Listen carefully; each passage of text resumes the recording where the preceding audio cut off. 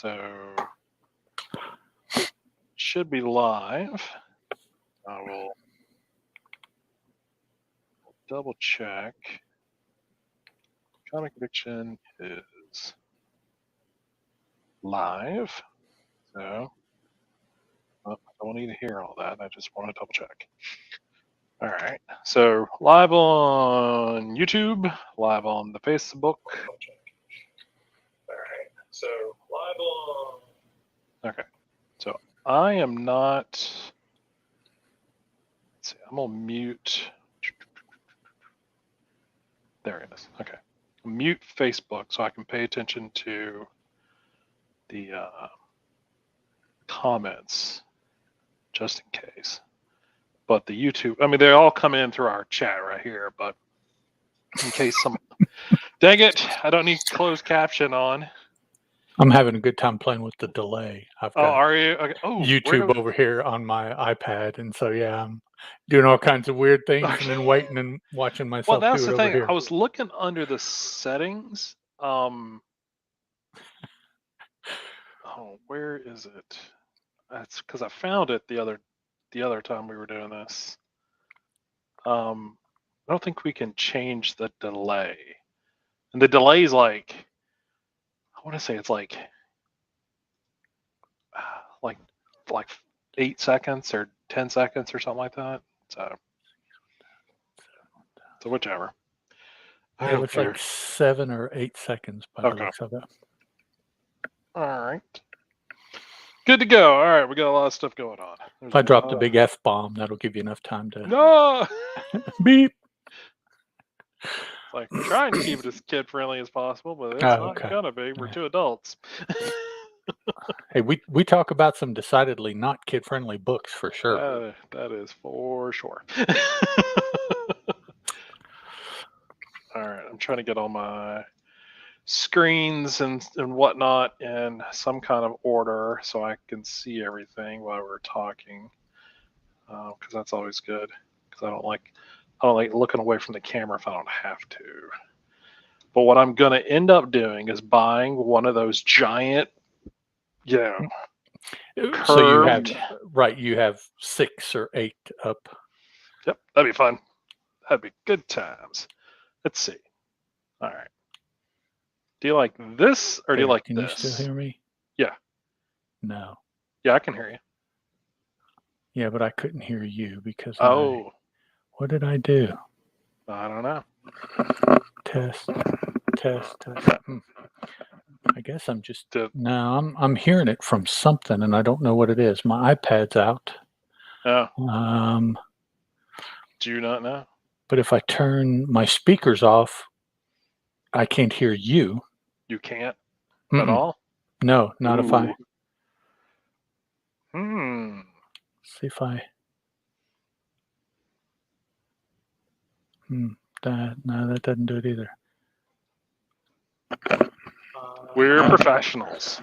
We know what we're doing. Yeah, maybe I'm just, I don't know, all of a sudden picking up an echo from in here or something. I'll just ignore it. It's not. I was going to say, I can't hear anything, if that helps. Okay, well, it does. At least it means it's not that loud. Yeah. Now, I don't have Facebook or YouTube up, so I don't have anything kicking back to me. Yeah, no, I have it on, but I have the volume down over here, so I shouldn't be getting any feedback from that at all. So, okay. Yeah, cool. I don't know, maybe the room just suddenly changed and the acoustics are different. Who knows? Well, you've got your door open. Yeah, it's been open though. Maybe because I have these on now, it's coming through different or something. I don't know, but okay. Yeah, I really wish I could customize where my browser, where the chat window is, because it's like taking up the whole right side of my screen. Either way, I'd like to, I like to customize things, and I can't do it with this. So, all right, so we're ready to go. Got everything? Yep. We're good. We're rolling. Okay. In 3, 2, 1, everybody, welcome back to Boom Addiction. This is episode number 28. Yes, 28. Yes, awesome. So I am Chris Barton, and with me as always is Mr. Ed Moore. Ed, how are you? Pretty good, sir. Pretty good. we had some good pre-show planning tonight. It's exciting. We're like a business now. We like Yeah. know what we're no, it's not really We're business all now. serious.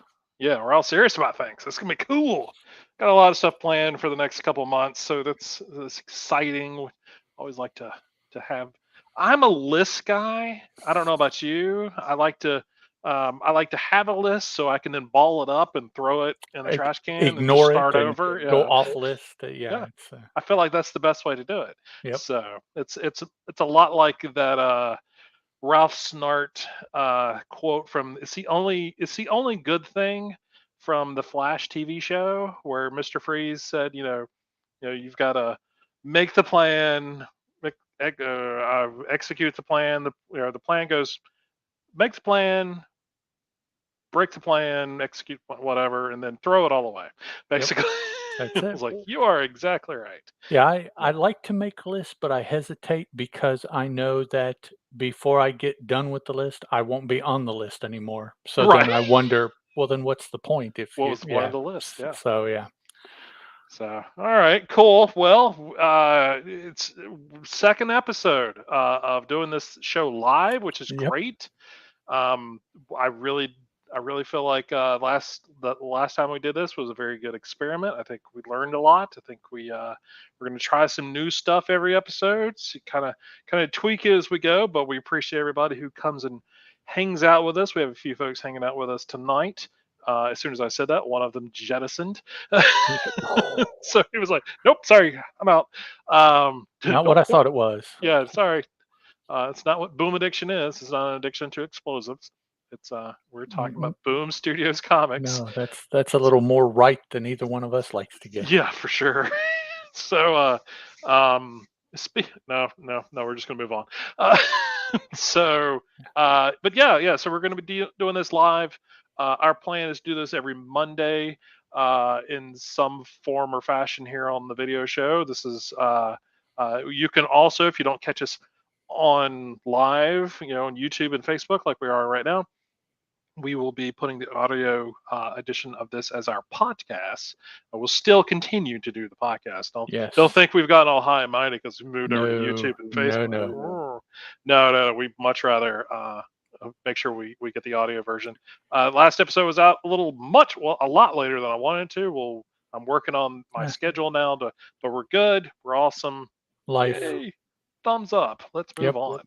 So, all right. So, any news? Let's just start with news. I'm trying to remember how to do the show.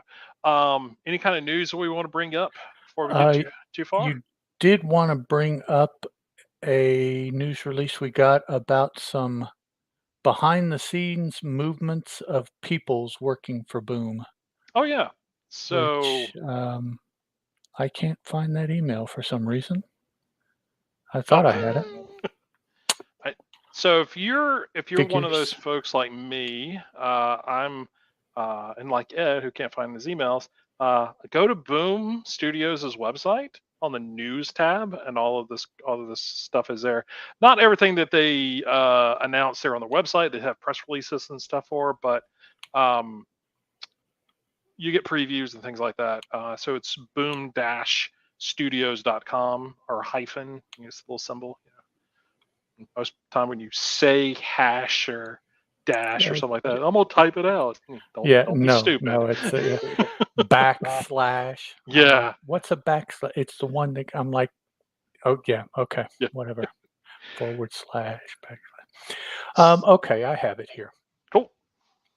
We have, excuse me, we have a Mr. Eric Harburn, who's been promoted to executive editor, they say. Has been with Boom since 2010, so he's seen quite a few changes in the company. Sure. Yeah. And actually, they only go back another 5 years, 2005. Yes. Yeah. So he's almost seen the entire run. Mm-hmm. He's definitely seen a lot of the more recent changes, the movie studio television pickups and things like that have occurred, as well as a lot of the publishing changes and the lack of paper right now and the supply chain issue. Supplies. And yeah, so Exactly. they have a list of things that he's been involved in. Um, I guess I take it as if to say he won't necessarily be as intimately involved with these types of things now that he's the executive editor. I guess perhaps he will be able to lay claim to being involved with virtually everything, I suppose, as executive editor rather Yeah. than a group editor or something like that. But he's been involved with, they name in the news brief, Something is Killing the Children, House of Slaughter, Hmm. Berserker. Uh, we Only Find Them When They're Dead, The Many Deaths of Layla Starr, all of those we've talked about.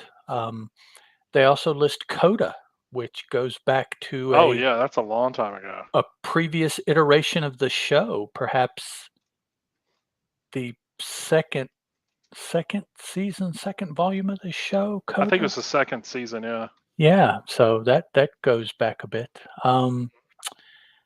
In addition, they tell us that the House of Slaughter and Berserker, the sales records, he's been involved with them at the time that those were broken. Yeah.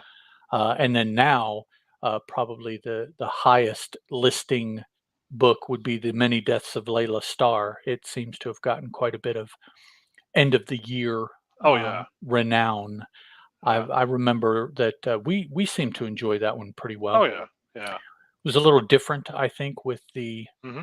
the types of the part of the world that was involved Oh in the yeah. setting and the individuals, the writer themselves, I would assume. That was a little different feel than a lot of other books from Boom that we've read. Um, they also hired, now that's a promotion, an internal promotion, Eric Harburn. They say they have recently hired Josh Hayes, who will be the vice president of sales. Hmm. He's coming from Diamond, the book distributor. Yeah. If The anybody knows sales, it's Diamond. So. yeah, or they used to. Their sales are a little, Well, yeah, a little uh, wonky. Yeah. currently the supply chain issues, of course. Yeah, for sure. Yeah, right. Yeah, paper shortage, and yeah, okay. Let's see who Shortage else. of boats. Yes, yes, boats anchored too far away to get the product off. Big warehouses where the product can't get out. It just Yeah. sits in the Yeah. warehouse for months, and Just yeah, twiddling its okay. thumbs. Yeah. And for those of you that are watching, and definitely here in a bit for those of you that will listen when this goes out, I say all this tongue in cheek, but not. So I'm kind of, I understand that there are issues going on. My personal take is that the issues are not as severe as we are being led to believe. I don't. I think that in a lot of cases, perhaps they're being used as excuses for other things. You would have to, anyone that knows anything about global politics would have to admit that very recently there has been a shift uh, in power. Who holds the power and thus can make things and prevent things from happening. And I think right now we're in the midst of seeing some people that perhaps have the power to make some changes that haven't had it too often in the past. And so we're seeing them exert their ability to hang things up perhaps until they get more of what they want out of their work life. Uh, Sorry, that's just me. Stephanie Lazarski, or no, I'm sorry. Let me step back here. Josh Hayes, Mhm. Diamond. Um, he led their e-commerce business development operation, launching key strategies for managing relationships with Amazon and online retailers, including Target, Walmart, and Costco. So, if he still has the phone numbers of those people, that would make him, you know, valuable in quite a different way, I think, perhaps than some of the other Boom people would, if he still knows people there. Right. And this is the first time that I could recall, and I look back, look back a little ways. Um, I think this is the first time that they've actually had someone who's like in charge of sales or with that title. At least that they have said, pointing at someone and said, "This Right. is what they do." Yeah. So, and Oh, I yeah, and they've had plenty people who were involved in sales, but right, not but sort of, yeah, that and sort of bigger I've role. noticed, I think, in the past couple years, um, with a lot of these promotions and hires, that it is a expansion of business structure from what I had seen Mhm. in Boom before, rather than a group of people accomplishing these different things. It seems that what they are doing is they are setting an individual up to be the point person for Yeah. these different aspects rather than just a group of people accomplishing them. Yeah, exactly, yeah. So I'm sure there's probably a business model term for that. Perhaps Professor Allen would know and be able to tell us. Mhm. I was a biology geology major. I didn't do business. So Nope, not here either. Nope. okay, Stephanie Lazarski. I threw her name out there. I'll Mhm. finish with her. I think finish with her. Well, there's a bunch of other names. I'll have to look here. Has joined as director of operations now. Uh, Miss, would I be safe in saying Miss Lazarski? Sure. Miss. She is a graduate from Cornell, which I think is just bloody awesome because I Mhm. don't hear that associated with a name very often. Of course, I know people graduate from Cornell every year, but I don't know where they go. You never seem to see them. It's always other I know schools. there's some students there, but what happened? But No, yeah, yeah. well, it's like football. How often do you see a football player graduate from Harvard and play in the NFL? Right, yeah. But they have football. Yeah. So, yeah. Or actually, hockey, NHL is the same way. It's very seldom that you see somebody from a Harvard or a Yale make, the big time, Mhm. but they have hockey teams, Oh, yeah. football team every year. I mean, Oh, yeah. so, um, the Cornell University Operations Research and Industrial Engineering program is what she graduated from specifically. And she comes to Boom with 2 decades of operations and logistics management experience in the apparel and retail sector. Now, I see this as somebody who's going to break the whatever chain supply thing that's going on right now, and Boom is just gonna move right through that. So, I think that's what I hope she's so. gonna do. What supply chain, she says, just She's like, "Get out of my way." that's it. "Here, hold my diploma." Exactly. I got things to Uh, do, man. So, let's see. For the last 13 years, what the global apparel retailer H&M, Lazarski oversaw a variety of operational developments and upgrades as H&M expanded its brick and mortar and online presence throughout North America. As expansion controller for the brand, she led business planning and financial analysis for more than 300 retail stores across 3 countries, overseeing major growth initiatives that resulted in nine-figure revenue gains. that's impressive. What, hundreds of millions, right? Mhm. 9 figures. Yeah. Nice. That's Yep. that's a little bit of growth. Yeah, Just a tiny yeah. bit. We did okay. Yeah. It was an okay year. Yeah. Year over year, or what was the term? A store that was in place, comparing it as opposed to a store that was newer and didn't have a full 12 months. Um, Again, I'm not the business guy. yeah, I forget what the phrase for that is. I used to know that one because that I used that when I was a manager at Radio Shack for a little Oh, while. okay. Ooh, there you go. There's a little bit of a deeper cut that most people don't know. Yes, back in the day, I did manage Radio Shacks for about 5 years. Now you have to explain what a Radio Shack is. Oh, I do? Really? Oh, okay. Do they even have those anymore? No, no, Radio No. Shack is completely out of business. Well, Radio Shack is completely out of business. There are still some, uh, individually owned and operated businesses that still use that name, Oh, okay. but I don't know necessarily what they do. I know they don't do electronic components and stuff like that because the Radio Shack brand doesn't exist, and Right. candy. which was the parent company, doesn't exist. So I don't know what they do. I used to Um, buy all kinds of stuff from those yes, guys. Radio Shack, for those of you that don't know, was the equivalent of the, let's say, electronics department of a Best Buy. Yeah, that's a good That's analogy. all they did. In addition, though, what really started Radio Shack is you could buy components. You could go and buy resistors and capacitors and circuit boards and things like that Hmm. because Radio Shack started as a hobby store for people who were just getting into this new thing called electronics. Yep. And over the years, they expanded to uh, basically what a Best Buy or a Costco, um, or a Home Depot, I guess, their electronics department, that's what Radio Shack did. They focused on just that element, Yeah. computers.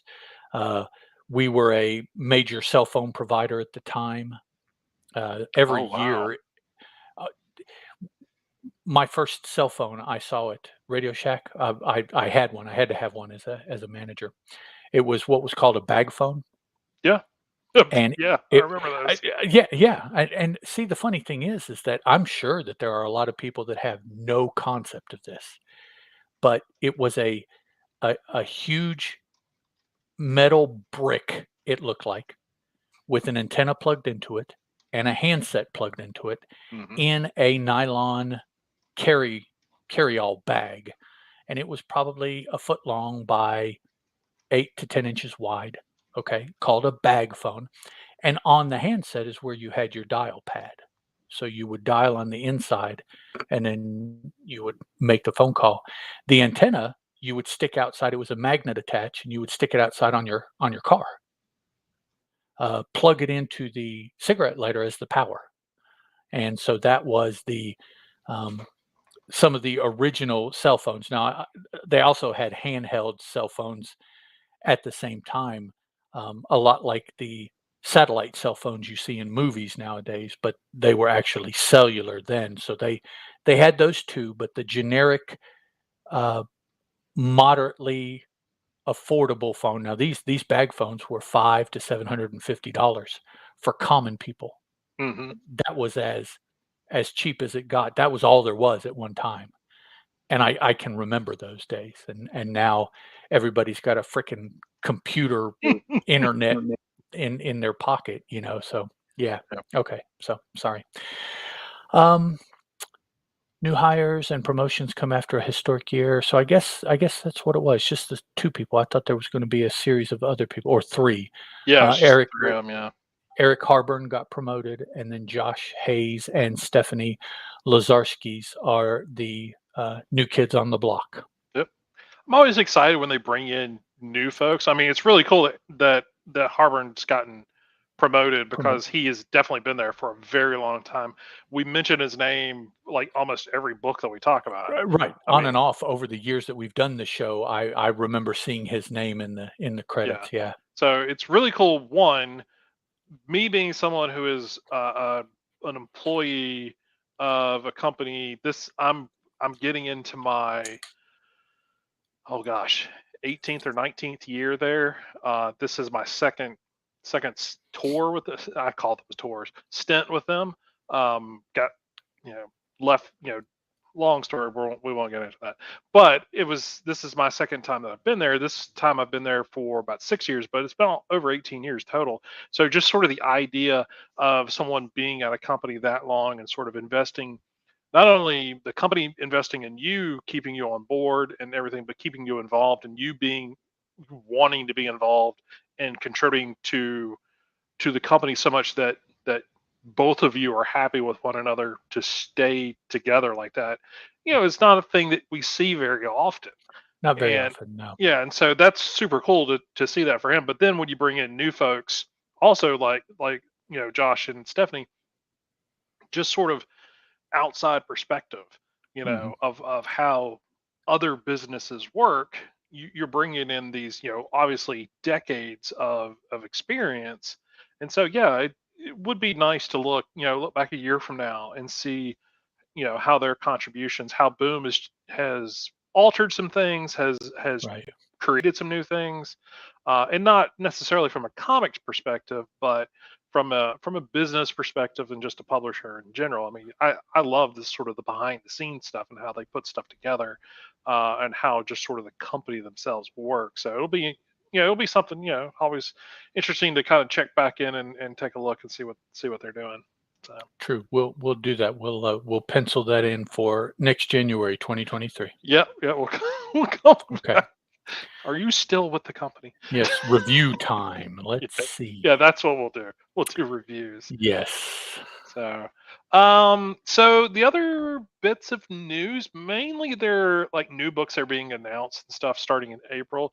I think with previews is coming out. Did previews come out this week or is it last week? I think last week. Okay. Because So, I physically got my previews this week, but oh, okay. yeah, I think the emails went out last.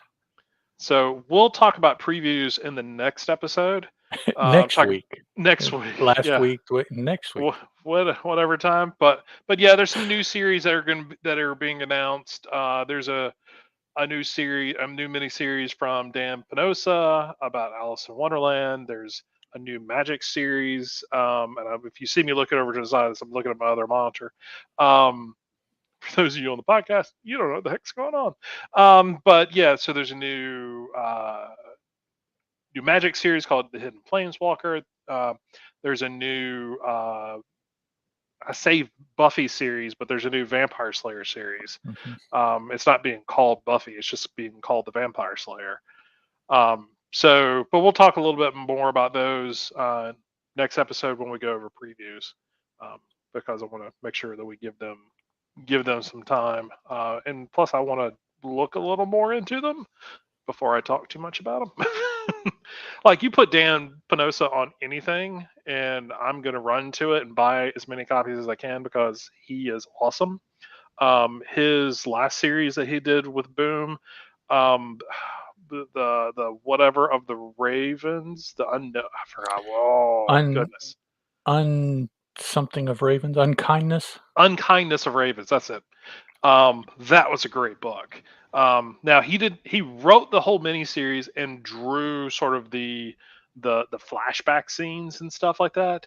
That sort of gave the background of the series itself because the series was really taking place in modern, the present time. So even just getting some of his work, interior work and stuff like that. But he did all the covers and stuff like that. I don't remember anything that I've read, and I'm probably spending way too much time on this, but I can't remember anything that I've read that he's written recently, other than that series, and so I was really happy to read that. I was like, sweet, it's like he can tell a tale.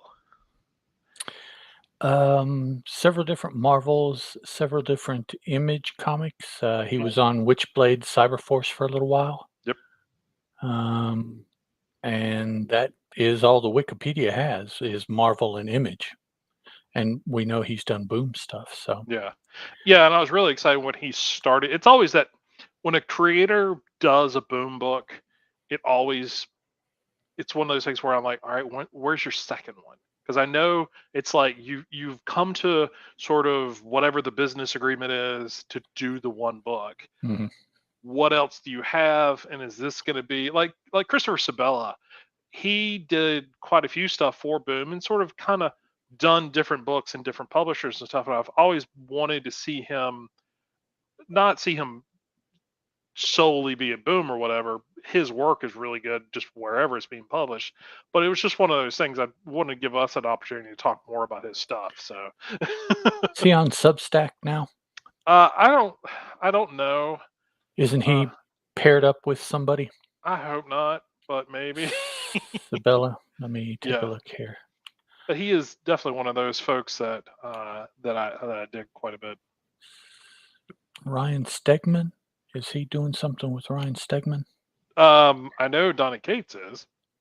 Yeah, no. They've got that new Image book. Maybe he's not. Seems like today in the big Substack rollout, I saw his name, but maybe I didn't. Oh, okay.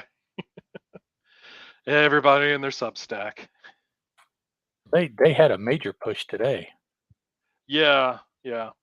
But they didn't have anything with specifically talking about Tynan. Like he didn't have any like big news as far as anything Boom related. Oh, no, no, Yeah. he's well, I don't know, really that he's going to be seems to me he's not going to be doing anything new. He's just going to be maintaining what he has externally and focusing a lot of stuff on Substack, except for the Corinthian, Sandman character over at DC's, um, Fear the DC or whatever their Vertigo-esque Okay. imprint is now.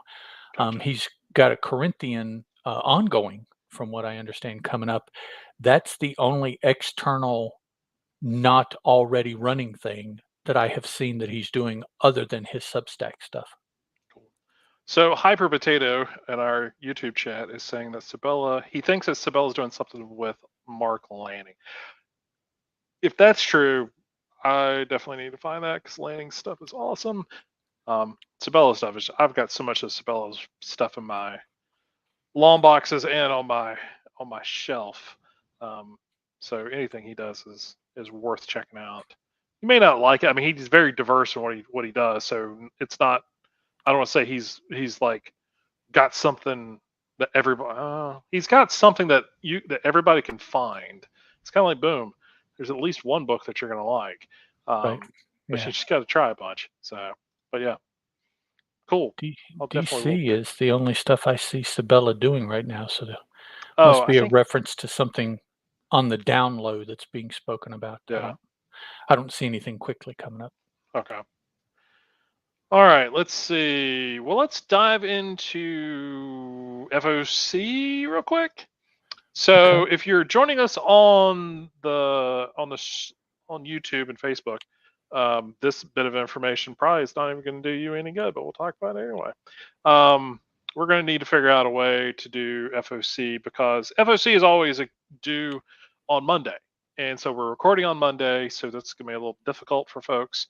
But I do think it would be a good idea to at least be aware of some of the stuff that's out there, and more to get you sort of looking at final order cutoff. We talk about this every episode. As far as final order cutoff, make sure that if you've got a local shop that you're working with, or I say working with, that you've got a pull list at, or like me, I have a pull list now. It's a small one, it's a very tiny one, but I also contact I say tons, we'll say half a dozen comic shops in North and South Carolina to find books that are on FOC. I live and die by FOC. So just to kind of quickly give you an idea, like FOC, like this was due today. Shops usually put their order in Sunday nights or Monday evenings. So kind of get with your local shop, make sure you understand what their schedule is as far as getting stuff. We will always FOC. We use for the show is previewworld.com or previewsworld.com. You go to your final order cutoff there. New lists are always posted on Tuesdays. I would highly recommend um, checking during the week. Definitely check on Fridays and Saturdays because this week there were several Marvel things that were um, posted that were not posted earlier in the week. So and Boom has done it in the past, mainly for variant covers and stuff like that. I don't think I've ever seen like a new book just pop up or whatever like that. But as far as like stuff that was due on FOC for today, on Monday, January 31st, we get all new Firefly #1, a bunch of covers for that. There's a cover G, which, hold on, I have to cough, so let me find my mute. I apologize. I'm getting over sickness. Not anything serious. It's just a little coffee. So all new Firefly. Like I said, there's a cover G, which makes me go, all right, what are the other covers? Because we see an A and a B, but it is. It's the Virgin and the Black and the White and the whatnot. Okay, sure, maybe. But yeah. Anyway, it still doesn't mean I don't want to collect them. It is. The website is Boom Addiction. That should tell you something right there. I have a problem. I understand it. Just one of those things. All right. So second print for last Buffy, the Last Vampire Slayer #1. Again, second print for that. So that obviously has run its course as far as at the distributor level. Doesn't mean you can't find it at your local shop or some other shops and stuff like that. I always say call around. Like if your shop doesn't have it, call around if you're a stickler for a first print. If you're not, don't worry about it. Second print's coming out in a couple of weeks. You'll be good to go. Eve, there's a trade paperback for Eve. We really enjoyed that miniseries. Yes. So I would highly recommend checking that out. Cover price on that is $17.99. I think it's well worth the price. Definitely check that out. Getting Dizzy, #404, the last issue of that miniseries. That is hitting FOC. And again, these books will be coming out about 3 or 4 weeks. So look for them in your comic shop. House of Slaughter #5. There's quite a few covers on that one. I think that's the last issue of this particular arc. I don't know chapter, yeah. So I don't know what that means. But I guess we'll find out down the road. That's why I was saying something about did Tynan say anything in the Substack about it? And I remember reading it. The only thing I saw was he like mentioned something is killing, like the special variant cover that you can buy if you subscribe to him or something like that, or that you'll get. But that was the only thing I remember.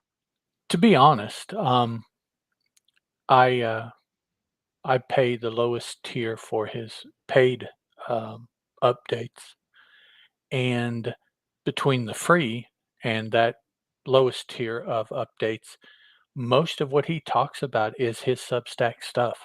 Okay. He's not that he's avoiding it. I don't feel by the way he's writing, but you know, his goal for the Substack is to push the Substack, the things that he's going to have on there. Now, you know, he does have. A, I don't necessarily know the difference any one time that I sit and read the newsletters, but it's probably on his free newsletter. He will update as one of the very last items on the newsletter what is coming out of his that week in particular, or until the next newsletter, which I think the free ones are once a week. So each week, you know, basically he tells you, oh, you know, be on the lookout for this. It comes out Wednesday, and this it comes out Wednesday, and this is in trade, and you know, things like that. But he doesn't that I can, you know, just easily regurgitate a whole lot of information about those things that he has continuing on. His DC stuff just finished. I think the stuff that he had any hand in, the Joker stuff and Detective finished up a while back. So I think all his DC stuff has come out. The Corinthian that I mentioned, that's going to be, so that's not out yet either. So the only stuff is either Something is Killing, which is on hiatus right now, and House of Slaughter, which is I think House of Slaughter is the only active book that he has for the past couple months that's been coming out, not part of his Substack stuff. Right.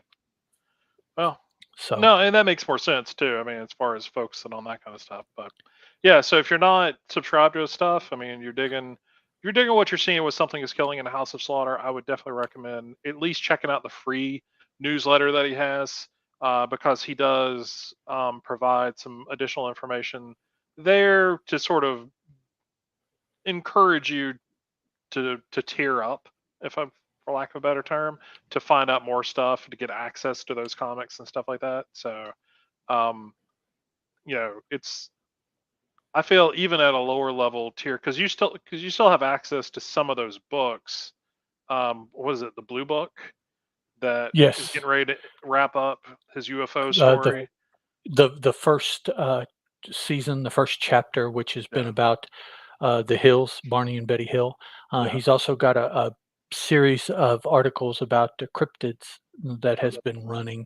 I think that's going to kind of bridge Blue Book chapter volume 1, whatever they're calling it, and the second one that's coming out. So, and then in today's newsletter, which I really didn't get to focus on too much, as part of this big Substack push, he talked about, 2 or 3 other projects that he can name. What he had been doing over the past several months is referring to projects by code names Right. and Yeah. letting uh, kind of behind the scenes about these projects and how they're Mhm. going, but nothing specific.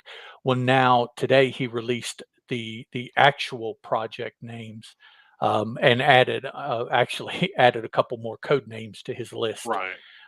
just to I guess to let you know. Now this would be on the paid um, newsletter, Mhm. and I'm supposing that's to let you know that the money that you're paying is doing something. Right. Yeah. These are all the things I'm working on and everything. Well, and So it's a new way to do it. It's a new platform, a new, right, all yeah, just everything for these creators and for their fans. So, you know, yeah, I like transparency as much as anybody.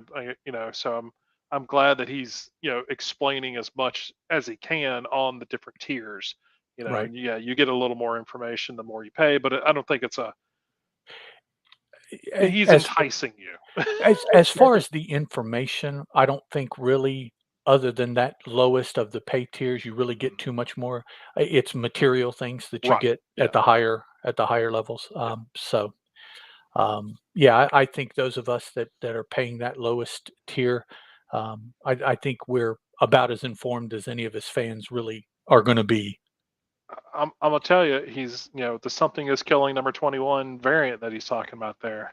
Well, yeah, go ahead and jump on it. No, that and the ash can, the mysterious ash can. Yeah, that has me intrigued because that sounds very unboom like, in I think it's uh, a super cool idea. If I say mysterious, if no one knows what we're talking about, just to give you some context. And I know we're kind of all over the place, so I apologize. We are going to talk about comics later on, I promise. no, we're not. We're No, not okay. this is not a comic book video. No, No, it's not. apparently not. So, and we lost it. We lost Actually, somebody. No, I'm just kidding. you need to finish up the FOCs Oh yeah, let me actually. finish the So, FOC and we'll come back to that. So so also, yeah, killer affair. See, I can easily be distracted. Talk about a yep. variant cover, and I'm just Ooh, so. bunny. Yeah, that's exactly. It's everybody needs their white rabbit. So, so Follow killer the white rabbit. Oh, affairs nice of the cut. state. Thank you. I try. Affairs of the state number 1 of 6. I am super stoked for this. I have not read The Killer in a long time. I am super happy that we're getting a new series, new miniseries. Um, I am the variant cover fan in me is very happy because there's a lot of covers Yeah. and they all look so good. Um, if you've not, I highly recommend looking for any volume of The Killer. Archaea, when Boom acquired Archaea, they were sort of the imprint that published it. Um, and so that's how I got involved, checking it out and everything. Because I was a big Archaea fan way back when. We've talked about that ad nauseum in the past. Then and so I was super happy to see more of that come out. I really didn't expect it. Now with the was it it's a movie that's being done, Mhm. if I can remember correctly. So that's really cool. So that's kind of, I think, part of why a new series is coming out. I don't think one is exactly driving the other, but hey, we've got them all everything coming out at one time. So cool stuff. So yeah, Killer Affairs of the State number 1. Then we can get Power Rangers Universe number 3 of 6. Halfway through that, and then at the tail end here is Something is Killing the Children Deluxe Slipcase Hardcover Book 1 Second Edition. Not second print. This is sort of second edition. So this is the same thing printed more to make up for the initial mistakes, right? Yes, with a slightly different something on the cover. I Okay. think I think I think like the color on the cover is different. I forget what the Okay. what it is. To at least be able to tell them apart. Right. So Right. I've got the first one. I just need or I got the first edition. This is just the normal deluxe one. I need to hurry up and go find the Once in the Future. Apparently, I'm an idiot and failed to when I didn't get the slipcase, I failed to follow up and make sure I was getting the regular because I'm an Oh, idiot. you just got all wrapped up in the thing, The and thing yeah. that happened. So So it is what it is. Hey. So cool. So that's all of FOC. Again, go into previewsworld.com. Your local shop, if you've got one, should hopefully help you out with that. I've always been lucky. Every shop that I've gone to, from North Carolina to when I lived here, South Carolina, Georgia, all of those shops have been super good about that stuff because they want to sell comics. And so if you come up to them and go, "Hey, here's a comic I want to buy," they're like, "Okay." yeah, I want to buy a comic. Yeah, and especially if you're going to pre-order it because they know that's a sale, and so they are. And if you pre-order it and then you don't buy it, you're a jerk. So that's another thing. But we're not jerks here. We all know what we're supposed to do. So good stuff. All right. So I guess we'll talk about comics. Is that what we All right. want to do? Let's talk about Sure. some comics. Let's do some comics. So again, I have every time we say that, I have uh, the Just Another Fanboy little thing where he did I forget what the sound bite was from, Mallrats maybe, where Jay was yelling about comics. Maybe that's Oh, what it was. Yeah, comics. yeah. Yeah. So That goes and out to you, Stephen. and Steven is if you're not listening to or subscribe to that show, he is doing like Ed is giving him access. Thank you, Uncle Ed. Given access, he sent him all the old Just Another Fanboy stuff and episodes, and so he is releasing those old episodes as classic episodes, and so you'll be able to hear that soundbite. Yeah. Now that and old, I mean, he released those I think in 2006 or 2007 is when he Yes, first had his show. So, yeah, we're looking at what, 15 years ago now? hmm 15, wow. yep, I long time shouldn't have ago. said that. Yeah, Makes you okay. feel old, doesn't Yes, it does. it?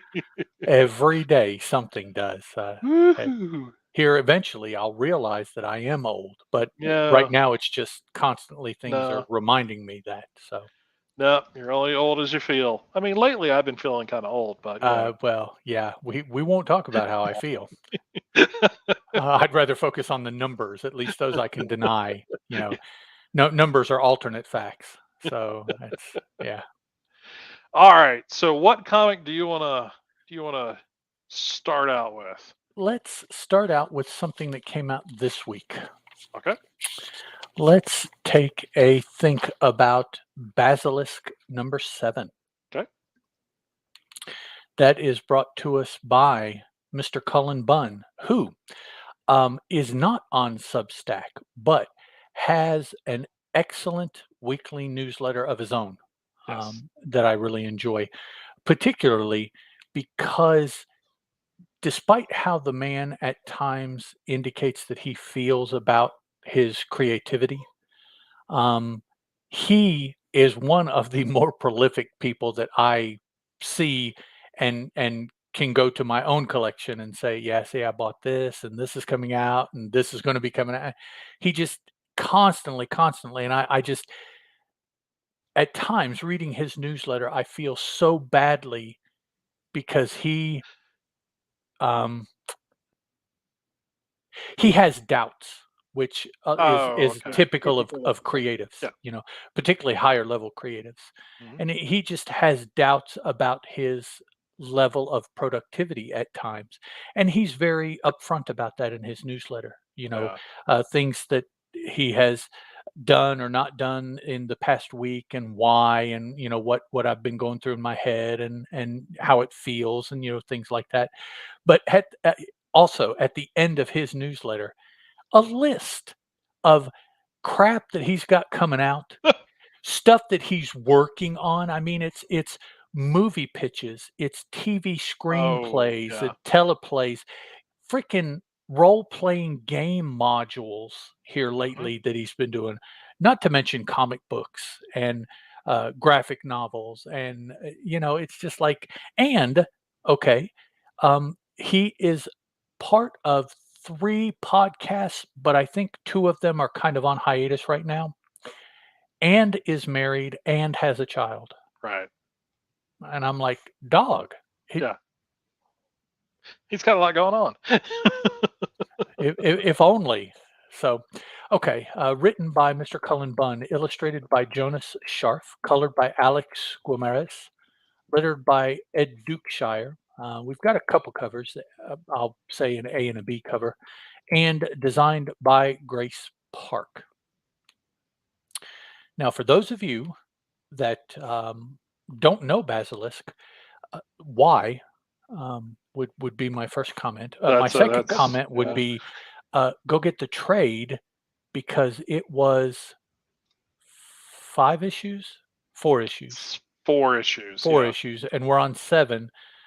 So that would be 4 individual issues and a Yep. trade, and you would be Mhm. caught up. And I would venture to say the trade probably is still out there. It's not Oh, been I out would there think that so. long, Yeah. but it's about um, wow, yeah, I kind of put my foot in my mouth there. Basilisk is one of the characters, how they are referred to. Yeah, yeah. I mean, yeah. I'm like setting myself up for. Well, let's see what I can't possibly do, and Right. I'll do it in front of everybody here, and then Sure. say, oh We're no, doing it I live, man. We're can't do doing it that. So, live. um, Basilisk. That there are people. The antagonists of the story are a group of people, each representing one of the five senses as an ability. We don't necessarily know where they came from. We don't necessarily know why they came from. We do know that when they came from, they pretty much decimated a small town in rural-ish America. I don't think they ever told us the state, did they, Chris? No, nothing. I I'm don't. looking around like I Yeah, can I make it don't up on really that. remember Yeah. it strikes me as maybe a Midwest or maybe an Arkansas or a Missouri kind of small Yeah. town Yeah. as far as how it was drawn. They came out of nowhere.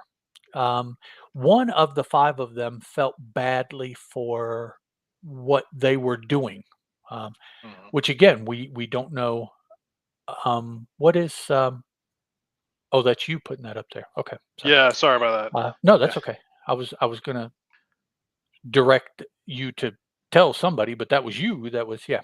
Yeah. Um, and she defects. She is the quote unquote basilisk.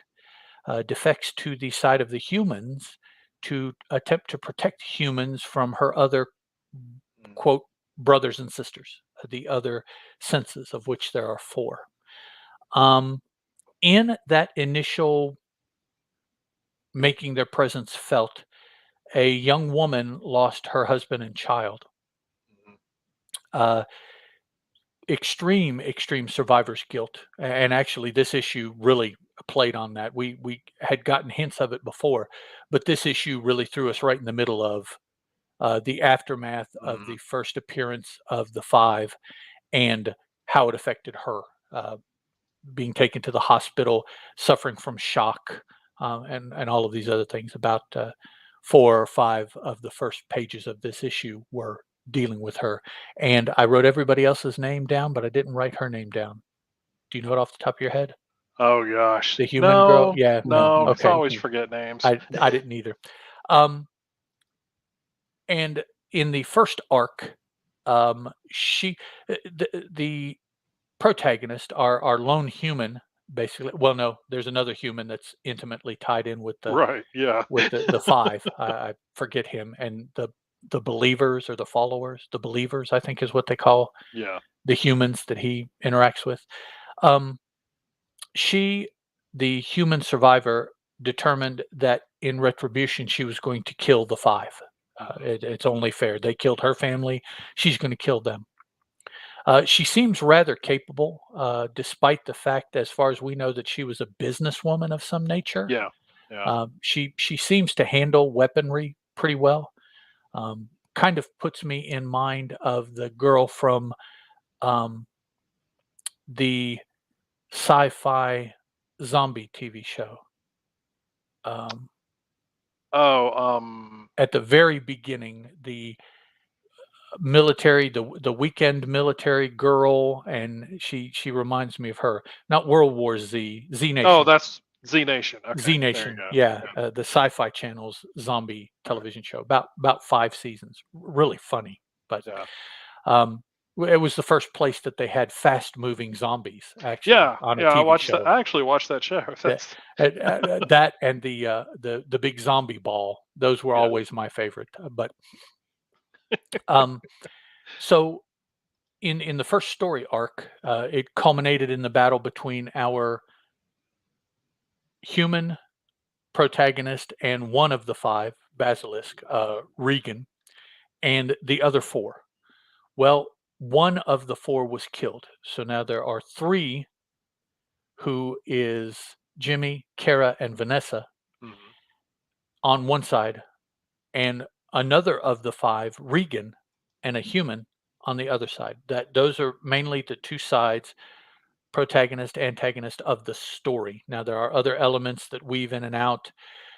Somebody is on the move, whether it be Regan and the girl running from the other members of Regan's family, Mhm. or Regan and the girl hunting the other members of Regan's family as they're just going about what they want to do and they're being hunted. So it kind of goes back and forth.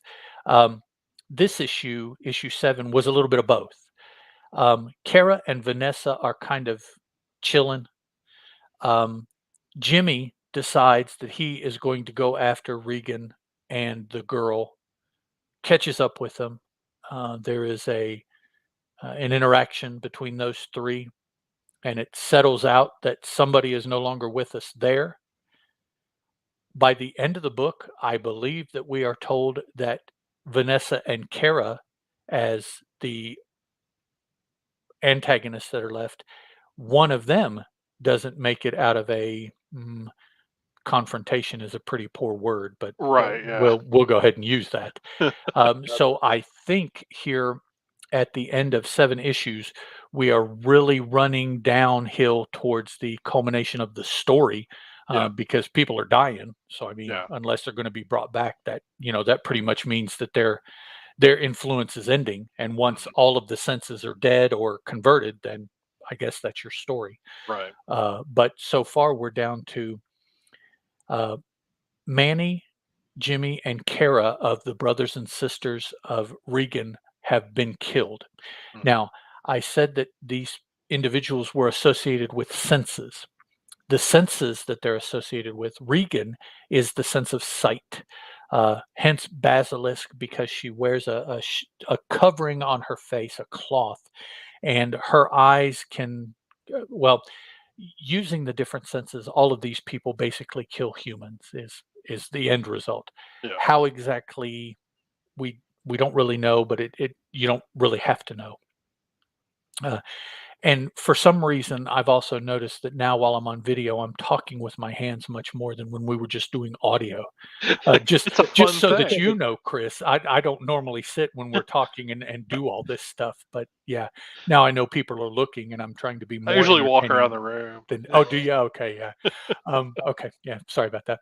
Um, so Regan Oh. is the sense of, yeah. I go right back to it. The sense of sight, hence basilisk. Manny was the first to die. He used the sense of hearing against human beings. He could Mhm. kill people using sound. We found out when he died that some, perhaps, or all, as of this issue, remaining members of the senses family gain his power. Yeah. So it's kind of a situation, and you'll see this periodically. A group of people have powers, and as one dies, either their powers go to other surviving members or just energy, and the other surviving members get stronger. In this case, I believe it's a combination. The other surviving sense members get stronger by having some of the ability of the person that died. Hmm. Because initially, Manny, with his sense of hearing, when he died, Regan was the only one that we had noticed had increased hearing. Yeah. But in this issue, we find out that Jimmy has, and actually Vanessa says something about having heard also. So that pretty much tells me that the way that this power works, the energy that they receive is the power that the person has. And so Yeah. the surviving people get kind of a double whammy. And then in this issue, Jimmy, well, I was trying not to say it, but I'll go ahead and say it. Jimmy is killed. Um, Also, and his was the sense of taste, and that's kind of a loose interpretation. Uh, Basically, he had the ability to make human beings um, consume themselves, whether it was physically, which we saw in his attack on Regan and the girl, Hmm. but also before she started physically eating herself, she was vomiting up blood as if internally she was being eaten alive by something, being Yeah. digested by something. Yeah. So kind of a combination there. Well, he dies. Um, then for some reason, and I guess it's to be as powerful as she can be by absorbing more power from dead family members, Vanessa, as far as I could tell, kills Kara. Yeah. That's what it looks like. Kara, yeah, Kara had something about the sense of smell. Um, hers, she attacked humans once, and it was kind of hard to discern exactly how that translated. Yeah.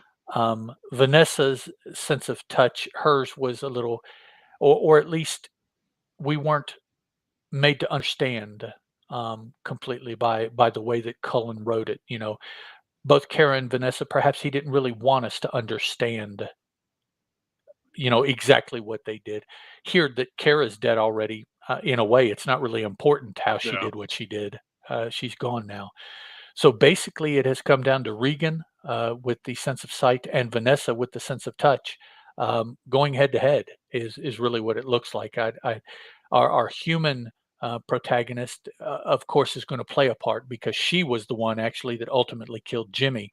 Right. He had defeated Regan. He had defeated her, and then Regan came up to protect her, giving her a chance to recover. Jimmy then really turned on Regan, and while he was focused on her, the girl was able to kill Jimmy. Yeah. So, but yeah, I really think that this is just going to flat out get down to uh, a a battle, if you will, a confrontation between Regan and Vanessa Hmm. in issue 8, and that could be the last issue. I don't know that I've seen anything, but the first volume was 4 issues. So Yeah. I don't think I've. I can do a quick look, but I don't think I've seen is it, anything for it issue 9. yeah, I was going to say, have they solicited a 9 or a 10, which would have come up already? Um, because 8 should be a month from now, Yeah. right? So that would be the end of February, the 3rd week of February. So by March would be issue 9.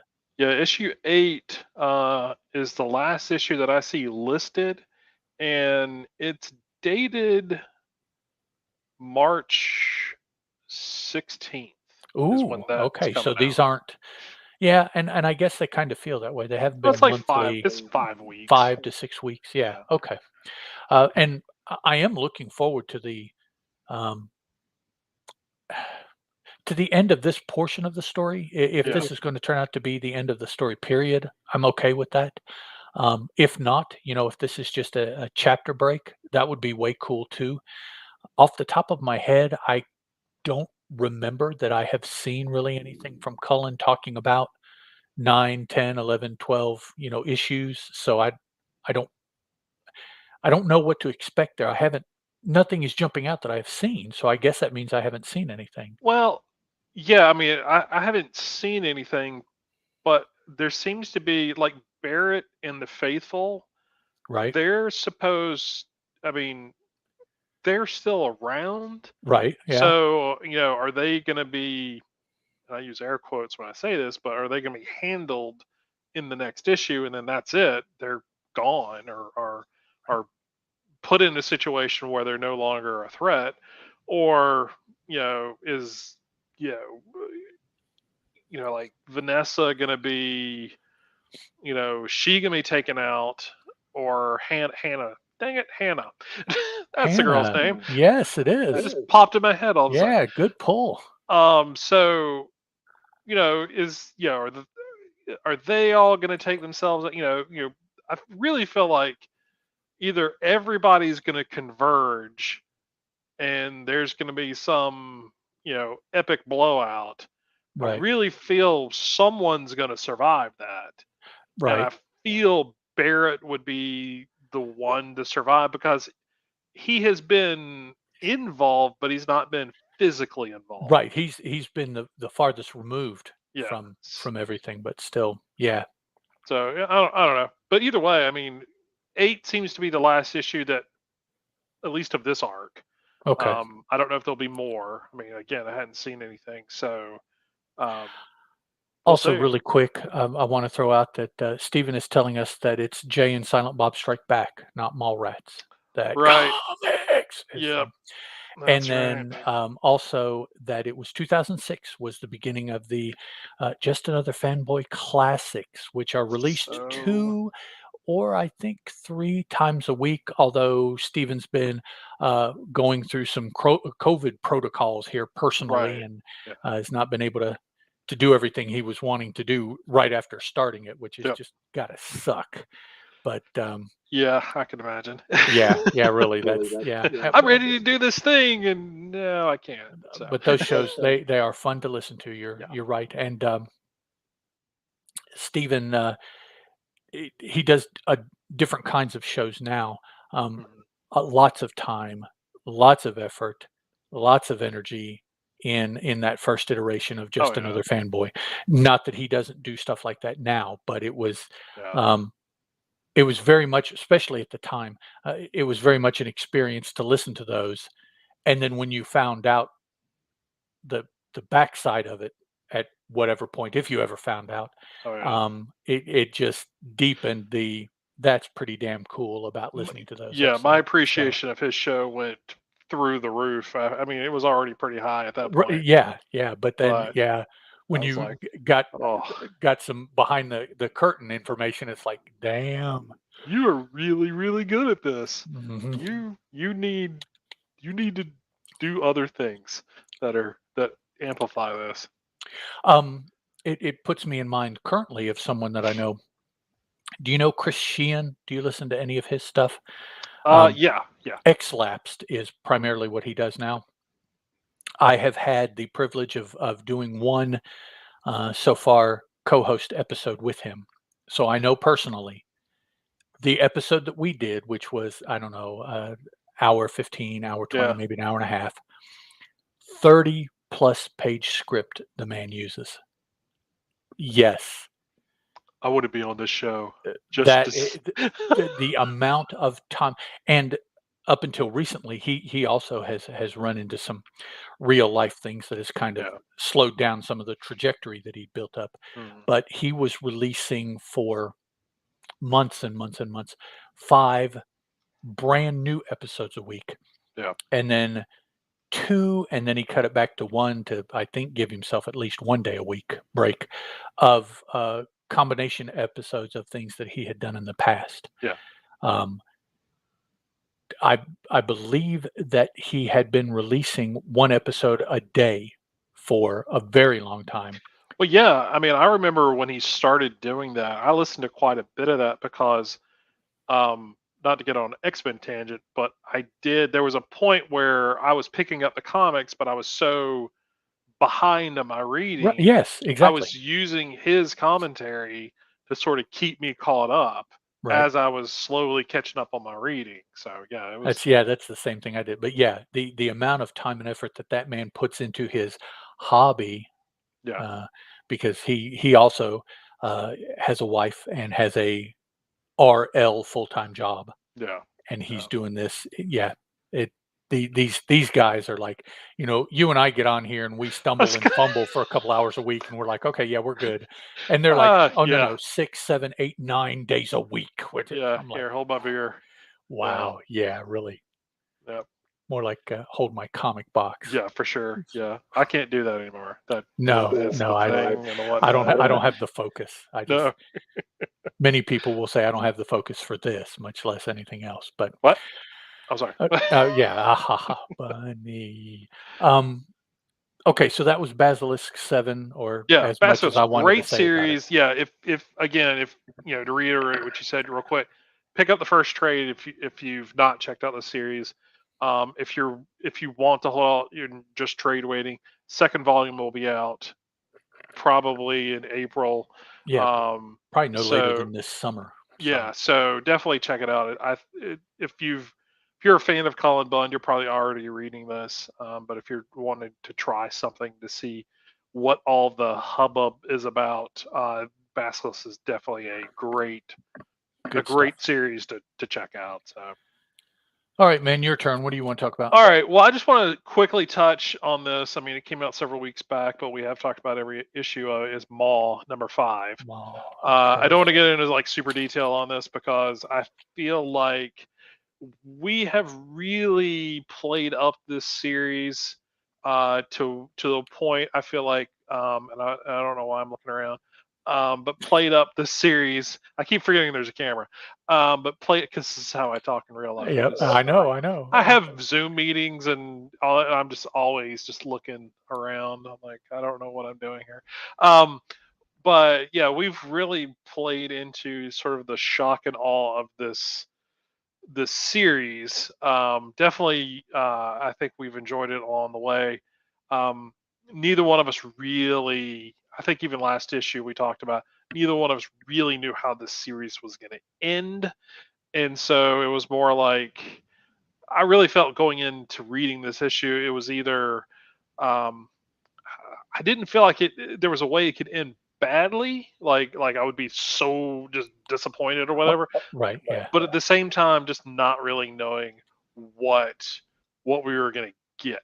And so reading this was just kind of like, all right, let's kind of wait and see. So the story is by Jude Elson S. Doyle, illustrated by A.L. Kaplan, colors by Fabiana Mascolo, with coloring assistance by Federica Mascolo, letters by Cardinal Ray, which is your favorite name, Yes, absolutely. and then covers or main cover by Ariella Cristantina, which is one of your favorites, Yes.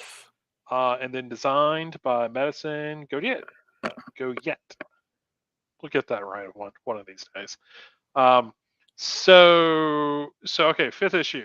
Let's just go for the impressions. We're not doing recaps or anything on Okay. this one because I feel like if we've talked enough about it, we just go read it.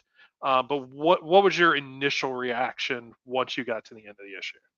Um, Honestly, my very, very first reaction was, "Okay." Because I just had to, I just had to finish letting it Oh sink in yeah, because, yeah, when I read, I'll pick up a book and I'll read it page for page until yeah. it's done. I don't break in it. I don't stop and consider, I do all of that stuff at the end. I I pour the whole book over myself, and Right, then when that jug is empty, that's when I stand there and absorb or bask or run and take a shower or, right. whatever it is I need to do. But yeah, my All of first these visuals. Oh. and they all apply. Yeah. It was just okay. And so I Yeah, just, I closed it and I set it on the table there next to the couch where I was, and I just thought. Now, I will say that part of my thinking was the day before I sat down and read this book, I found the blog that Jude, a personal creative blog, okay, and every month they put they posted, they blogged about some aspect of that issue that came out that week. Okay. Not necessarily talking about, the story. Maybe it was a character focus. Maybe it was a cross interlacing of aspects of the story so far and real life as they know it, or real life as they have experienced it, perhaps. And so it was just almost felt like a stream of consciousness post related to some aspect of the issue that was out that Mhm. month.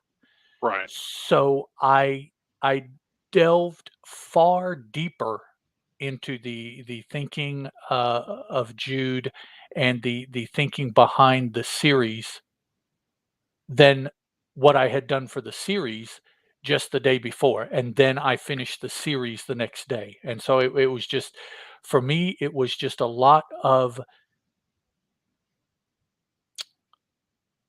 experience that I didn't have, that I have not been exposed to Mhm.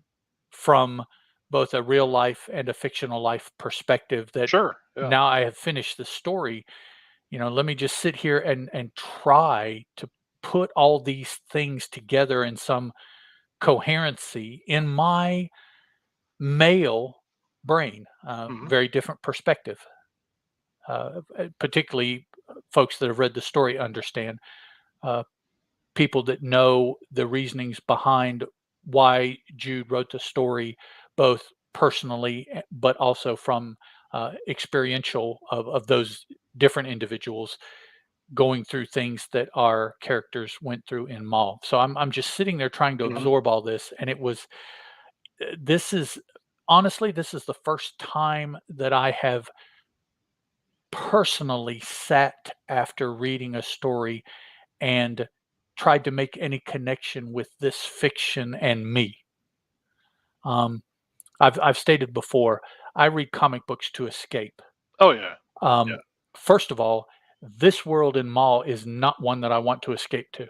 Mm-mm. No. This, so that was not the point of this book. I don't think it was intended to be an escape. Um, I'll won't go any further into what I think it was or is for. I Right. think that's for uh, much more individual decision, probably, than a lot of other stuff that Mhm. we read. I know a lot of other stuff that I have read. Um, it it made a mark. It will be something that I probably will point people to as far as examples of different ways of using comic books, of different messages and things like that as they apply Mhm. to this particular story. When I encounter people that are looking for that, Yeah. this will definitely be one very high on my recommendation list for a variety of reasons. It it stuck to me in a much more palpable way than a lot of other stories did. Right. No, I Um, agree. Yeah. Good reasons, bad reasons, Mhm. not like way bad reasons. I mean, I'm not like any of the This book characters in the sucks book and or throw it anything. Yeah, down. or Yeah. nothing like that. Yeah, just it's a very uh, there's a lot to it. To Right. call it, to call these comic books, seems not fair. Right. Almost, it kind of lessens really what this did, but that is the format that it is. It's Right. sequential art comic book. I don't know what else to call it. I'm certainly not going to call it a floppy. I hate that word. But it's comic books. Yeah. 5 issues. Yeah. Mhm. Um, it probably has put Jude on my radar. Mhm. Um, I don't know that I'm going to read other things that they do. They may be things that I just don't want to put myself into. Not Right. out of a bad way, but just, Yeah. I don't want to be a part of watching someone have to deal with, Right. potentially Yeah. things that were dealt with in this book. Yeah. Again, once is enough for me, for good or ill, and Right. um, that's my personal take on it.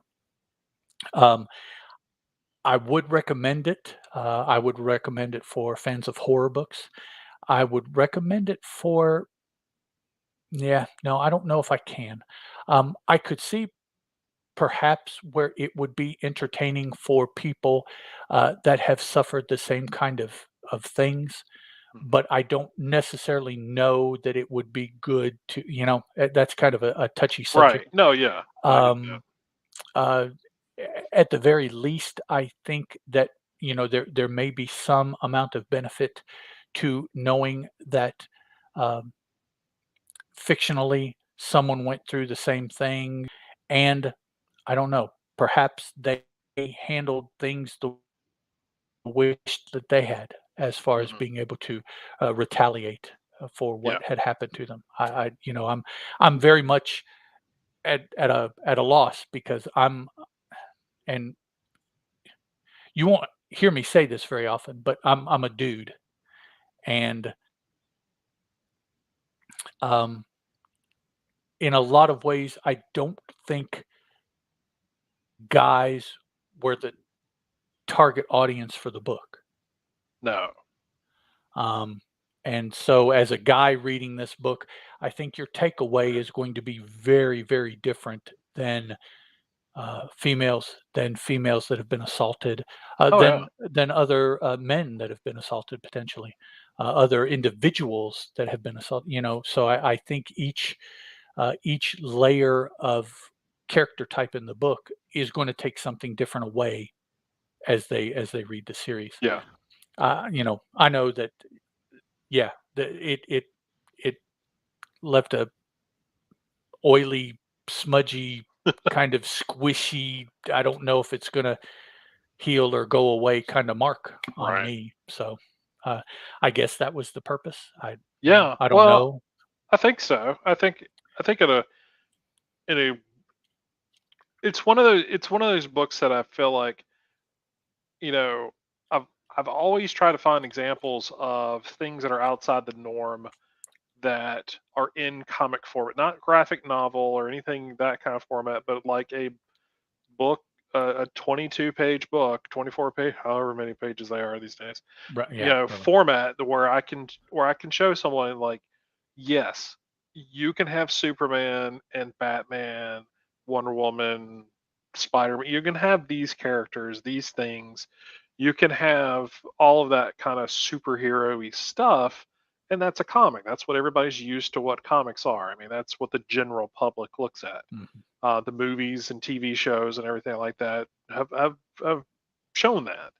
But one thing that I think the general audience, I think is more aware of now than they were just say 10 years ago, maybe even 5 years ago, but definitely 10, 15 years in the past, is unaware of the kind of storytelling that you can tell in comics that folks find, I don't say easier to read, but can sort of read these kind of stories in a comic, experiences in a comic, and be a little more engaged, a little more understanding, Right, a right. little more aware of what's going on than just seeing black and white words on a page. Right, but they will be essentially, they will be able to, consume and absorb, Yeah, whereas in other formats, perhaps, there's some barrier, a made for TV movie, a big yeah, screen movie, a yeah, prose, like you said, this is the method of getting through this message, this story to those particular kinds of people. Sure. yeah. And so when I got to the end of this issue, I mean, I felt a lot of what you said. It was kind of like, well, I didn't know how. We'll just say this. We'll just focus on like the story aspect of it, not anything beyond that. But I didn't know how it was going to end, and when it ended, I was just kind of like, not even when it ended, but sort of as we were building up toward the ending, sort of the explanation and the narration that we were being given. Mhm. I was kind of like, yeah, okay, I see, I totally get it. I mean, get it from a uh,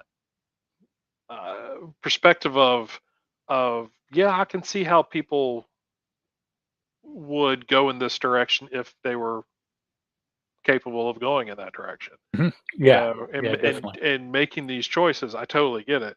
Now, again, this is a very supernatural horror series, and that, so a lot of this is obviously otherworldly kind of storytelling, but at the core of what was being said, yeah, I totally get that there are people out there now that this is exactly what's going on. As far as just you know how they handle trauma in their life, and just how they handle who they see are, you know, violent, perpetrators who may not be, but this is how how events in their life have put, you know, perspective in their Right. mind. And that's how they react. And so, yeah, when I got to the end of it, I was like, well, I don't want to know more, about this. Y I eh do, but I don't. It's Right, like I yeah. can see sort of the supernatural aspect of it. Like there's definitely more to tell, or could be more to tell. I don't want to say there definitely is, but there could be. We could go other places with it as far as a story goes. Um, is there going to be more? Probably not. I don't know if you how much more I that Doyle would want to go Yeah, in that I direction. think this particular story was pretty This finite. is yeah. So, but yeah, I mean, it's definitely worth the read. I definitely recommend it. I mean, this is the fifth issue, so I know some folks are probably you know trade waiting, not trade, not even that, but that would probably be the easiest way for you to check it out. Y I'm 100% sure. Actually, I'll say this. I'm not even gonna put quantify it that way. If you pick up the trade when the trade comes out and you are able to read the entire book in one sitting without squirming a little bit, let me know. Chris Barton on Twitter, Boom Addiction on Twitter, Teal Production on Twitter. Email us at boomaddiction@gmail.com, whatever. I want to know. I want to know what your experience is. I don't care who you are. I don't care age, gender. I don't care anything. I would love to read more, or see what other people's reaction to this book is. Well, yeah, if you can read this and not in 5 issues feel at all uncomfortable anywhere, that would be quite the feat. Yeah, for sure. Quite the feat. All right, let's palate cleanse. Let's palate Okay. cleanse. We do this every time we talk about Maul. That's the problem. Maul's a tough book. It It's a tough really book. is, I'm glad it's there. That's the thing. and, I threw it out there. Man, if you really wanna read some stuff, go to her blog and read her. There's only 5 posts, 1 for each issue. Yeah. And actually, I don't think I read the one, uh, simultaneous with the last issue. I just read 4, and then I read issue 5. So, read those posts. Wow. Yeah. Yeah. So All right. So quick palate cleanser. I know you didn't get a chance to read Seven Secrets number 13. no, not yet. So I'll just kind of quickly talk about it and a couple of opinions. First, it's written by Tom Taylor, Mr. Tom Taylor. That dude, anything he writes lately over the last couple of years, is freaking gold. I mean, that dude, he gets it. He gets comics. He gets how to put a story together. He gets how characters work, whether it's DC characters or Marvel characters or his own creation. I mean, his dialogue's amazing. This is illustrated by Danielle Dianuculo, lettered by Ed Dirk. I want to say Dirk. I want to put R in it for some reason. Dirkshire. I don't think it's There's Dirk. there's no R in there. I don't know why I did that. Color by, it's not like I don't know who he is. I want my Fist of Justice hollow foil book from Kickstarter. Ed, Oh, all right. yeah, Call him out. I'm one of the few Woof. people who actually ordered that. I was like, if you're gonna do a hollow foil cover, I'm gonna buy it. So it's a thing. I love Fist of Justice. This is colored by Walter Bayamonte with color assistance by Katina Ranali. Covered by Danielle D. Niculo, created by Tom Taylor and Danielle D. I'm gonna just keep saying that name until I get it right. And then logo by Grace Park. And logo by Grace Park. Designer is Madison. Go get it. So quickly to talk about 13. It's been a while since this series. Since issue 12. This is obviously a continuation of that. I will say that if you've not been reading Seven Secrets and you're curious, 13 is a great jumping on point.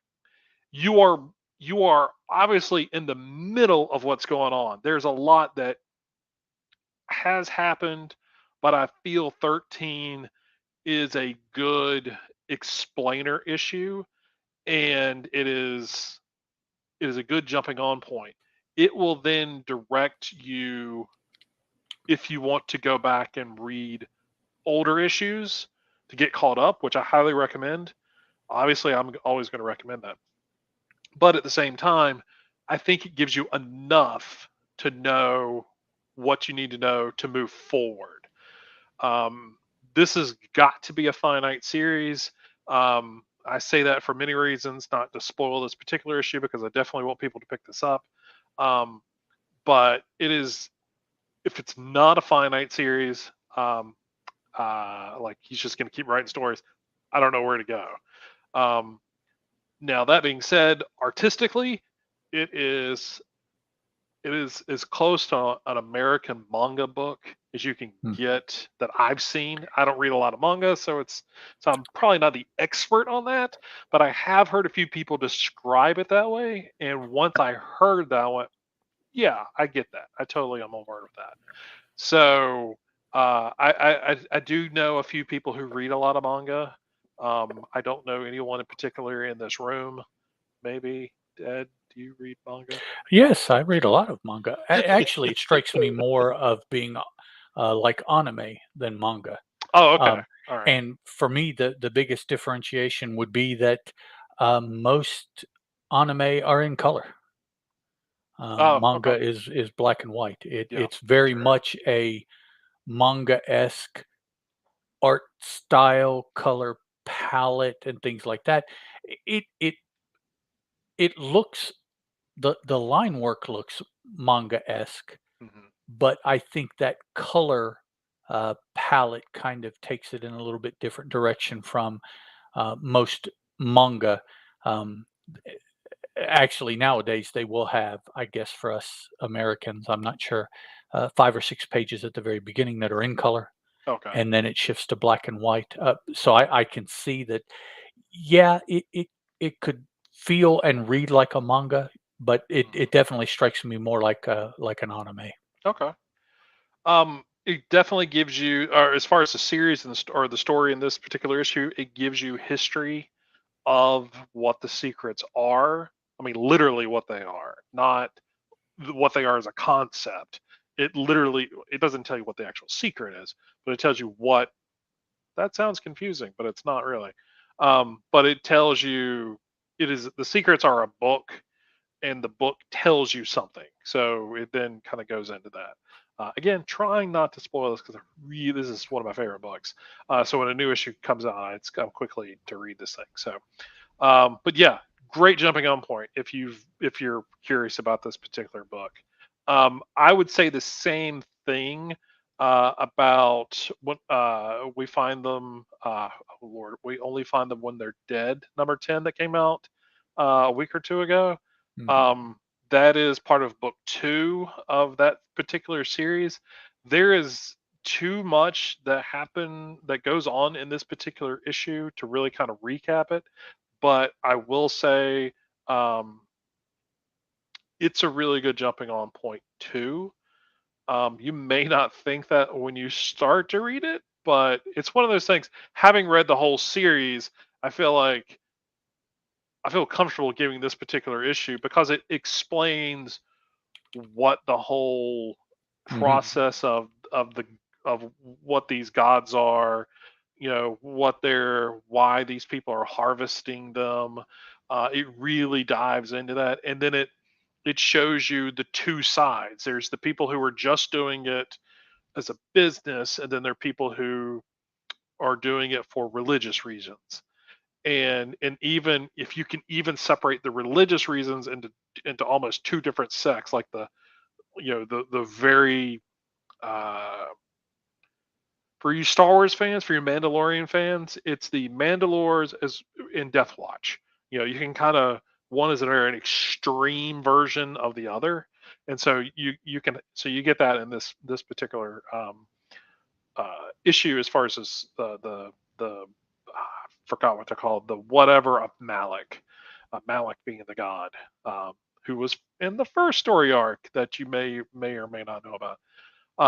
Again, we've said this before. Read the first trade and then read the first issue of the second arc.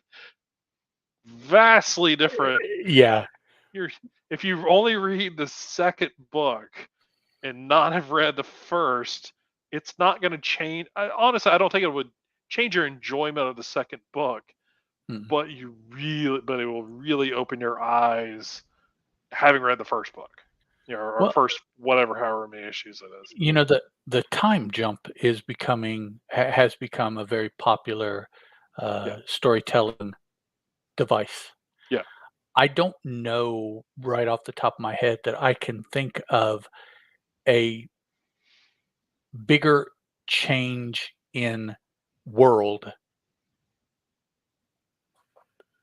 setting for the story that has occurred in a time jump than occurs between that first and second. Well, and actually it is the first issue of the second, isn't it? Yeah, the first chapter and the first issue of the second chapter. Time jump, just, I don't know, a couple hundred years, I think, is all it is. But man, the difference it makes. Oh, it's a big change in the story. Yeah. It's the same story, but yeah, it's a totally. I just remember reading that and going, what? I had to go back and look at the last issue, because they do take breaks in between arcs.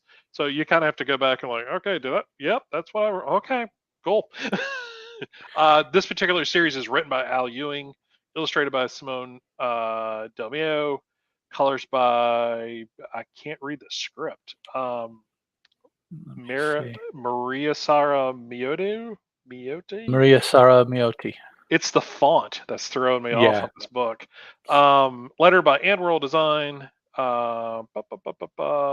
Designers Grace Park. So logo designed by Scott Newman. Yes, by the one and only Scott Newman. So that actually should be the way it's written. The one and only. The one and only. Okay. Yes. So, but again, just the highlight book, because we don't get to read it very often. But we've got a lot to talk about. We've already had a lot to talk about. But it's a good series. I really recommend picking up this issue for if you're curious about the book. I think this is a good issue that'll give you a lot of information. I think much like with Seven Secrets, it will possibly encourage you to go back and at least read book 2, which is like, what, it start with issue 6? This is issue 10, so this is probably the end of the second chapter. So. This is you now you can here in another month or so, when they release the trade, you can read the first trade, and then if you like it, the second will be available for you to pick up of the same length. So reads pretty quick. The art the art is very different from probably most any other book on the market right now. Might be another book that I've seen that approaches it, but it's a very distinctive art style, color palette for coloring. Oh, the coloring. Yeah. I can't think of anything else that I've read lately that sort of uses color like this particular series does. Just cool stuff. All right, what else you want to talk about? Let's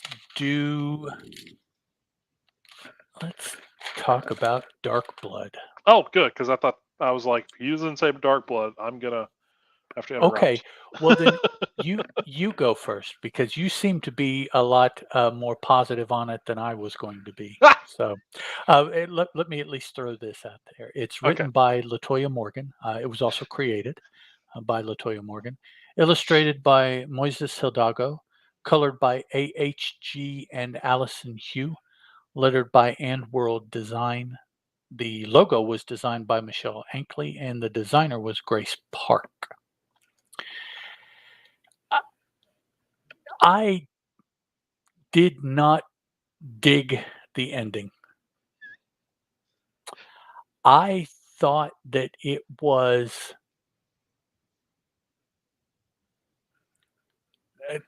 not good. Okay. I mean, It that's was fair. it certainly was not what I would have preferred. Right.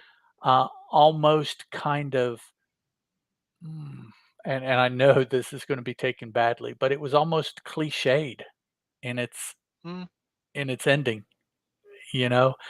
Um, and so, uh, some, I guess you got some answers, but I I suppose I was hoping more of um, a definitive kind of answer, you know, right. the who, what, where, when, why kind of answer. Hmm. And this was kind of a who, when, and and then it just moved on. Right. And so I thought, it was a landing that just to me just was not stuck. It didn't feel like for me. Okay. So, um, what can the dude do? What are his abilities, his Right. powers? Why? Just because? Um, So yeah. by who? Well, that doctor. Okay, and so he had the ultimate ability to do all this. Well, no, of course he did. Okay, well then who directed him to, and it was just like this.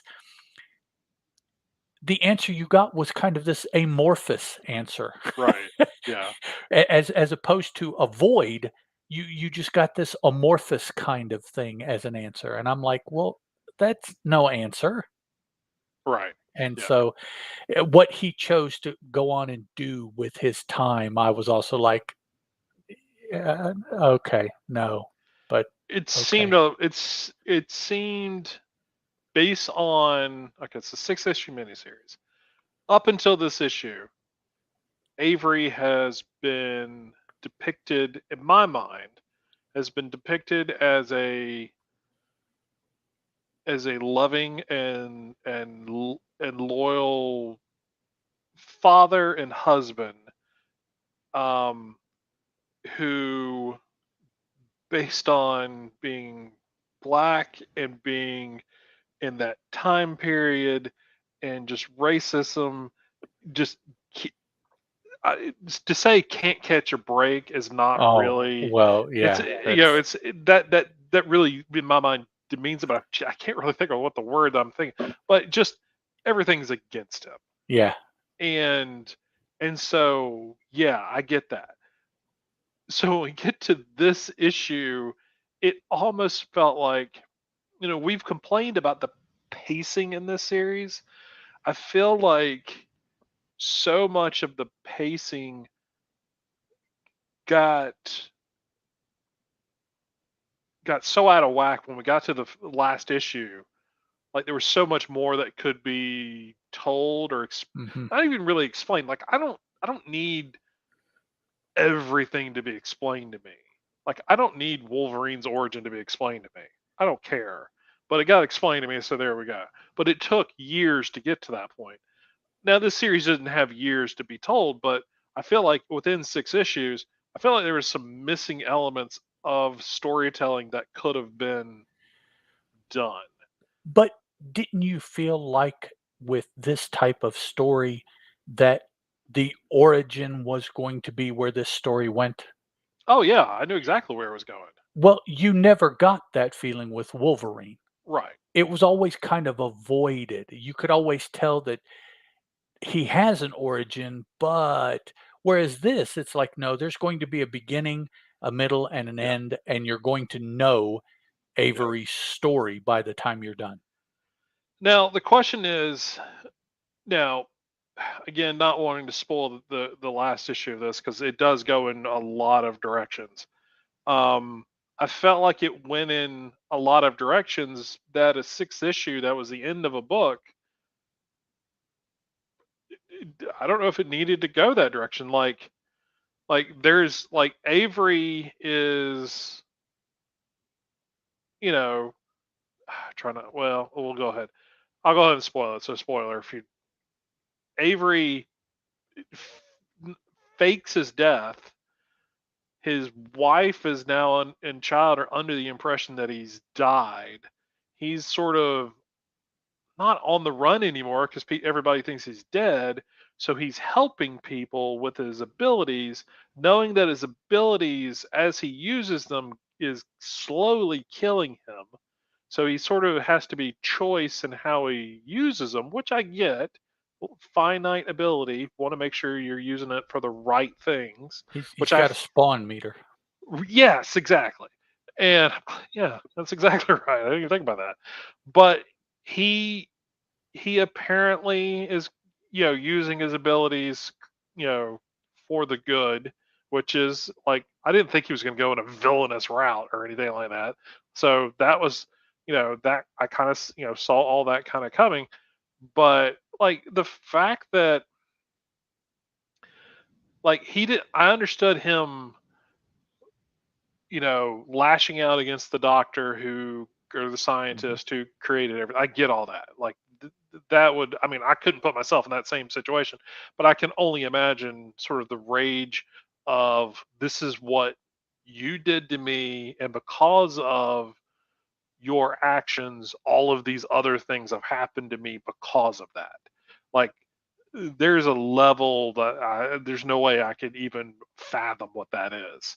So that's completely understandable. Um, and I get where he doesn't want anybody else to suffer what he's had to go through because of it. So that's in the process of destroying everything. I get all that. But the scientists sat there and said, there are more of you out there. You're not the only one. I mean, there's a very small number of you, but there are more of you out there.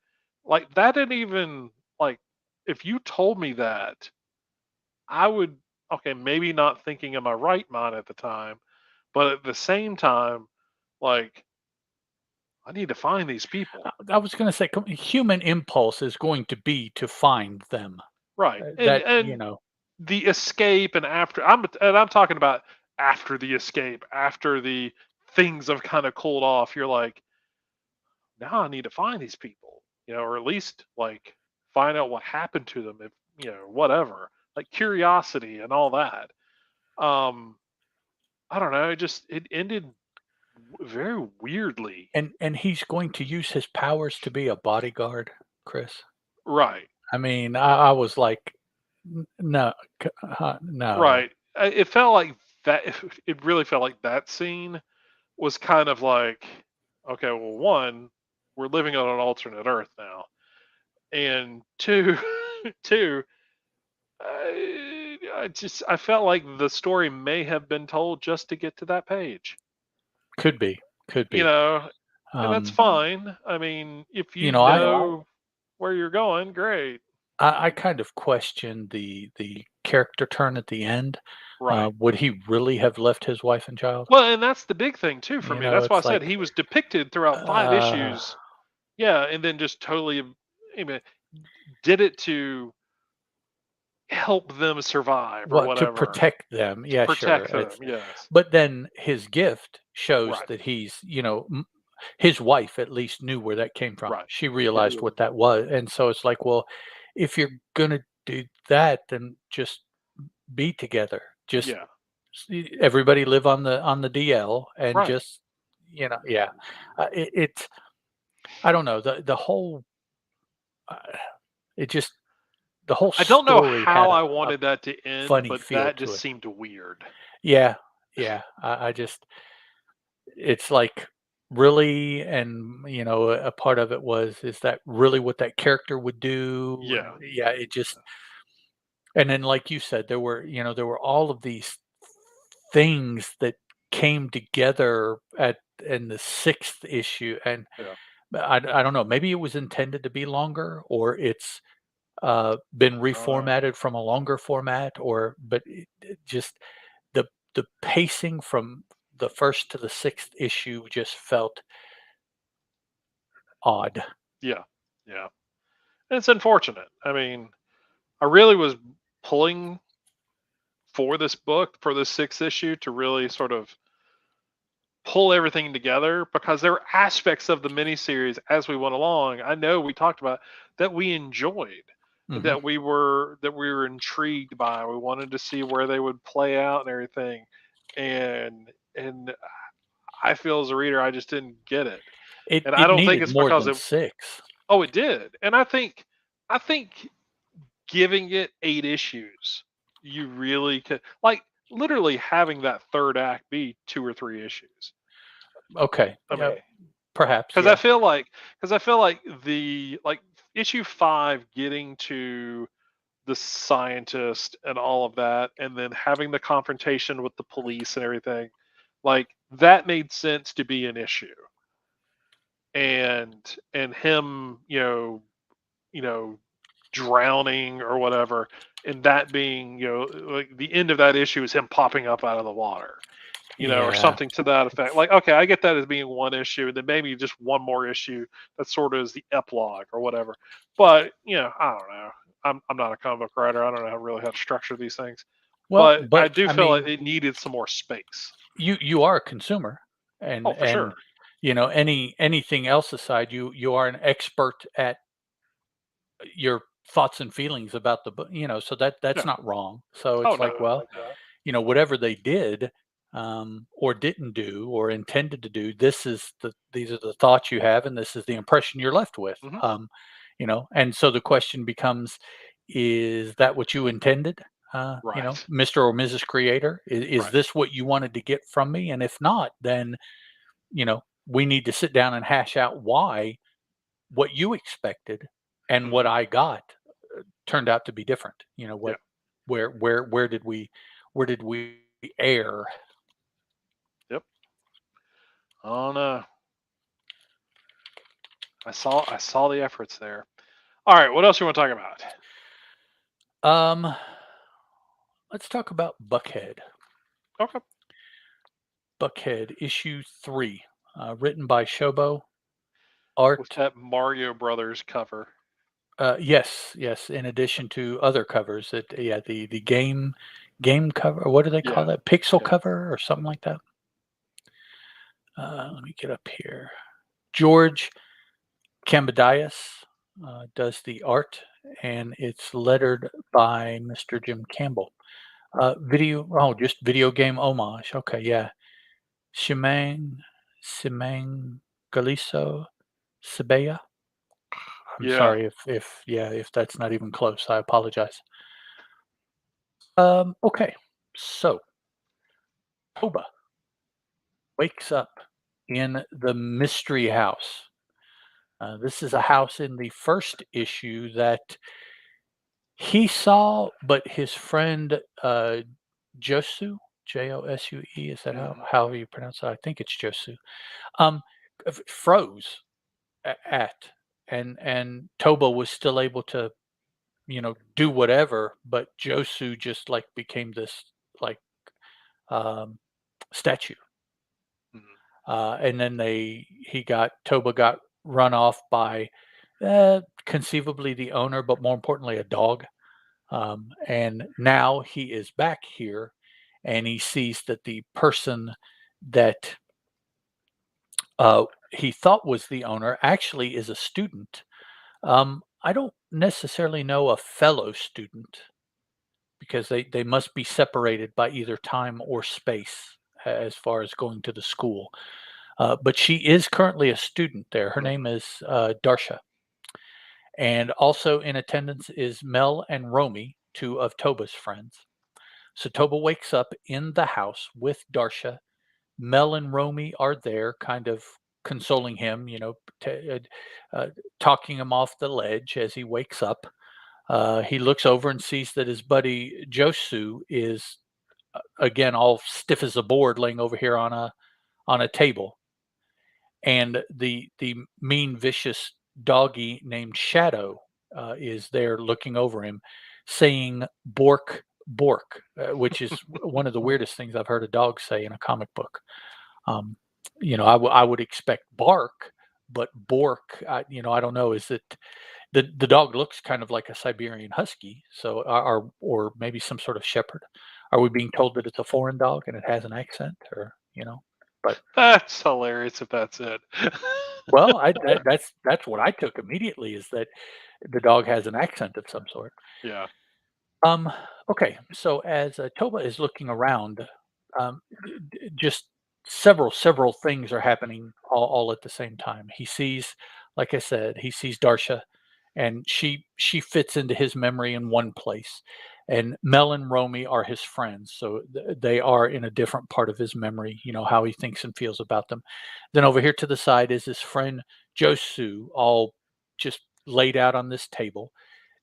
The house is kind of run down, but there's this really funky looking machine back over here that apparently is actively moving with lights and pieces of mechanics and whatnot. Darsha is trying to explain to him what's going on. Mel and Romy are simultaneously trying to explain to him what's going on.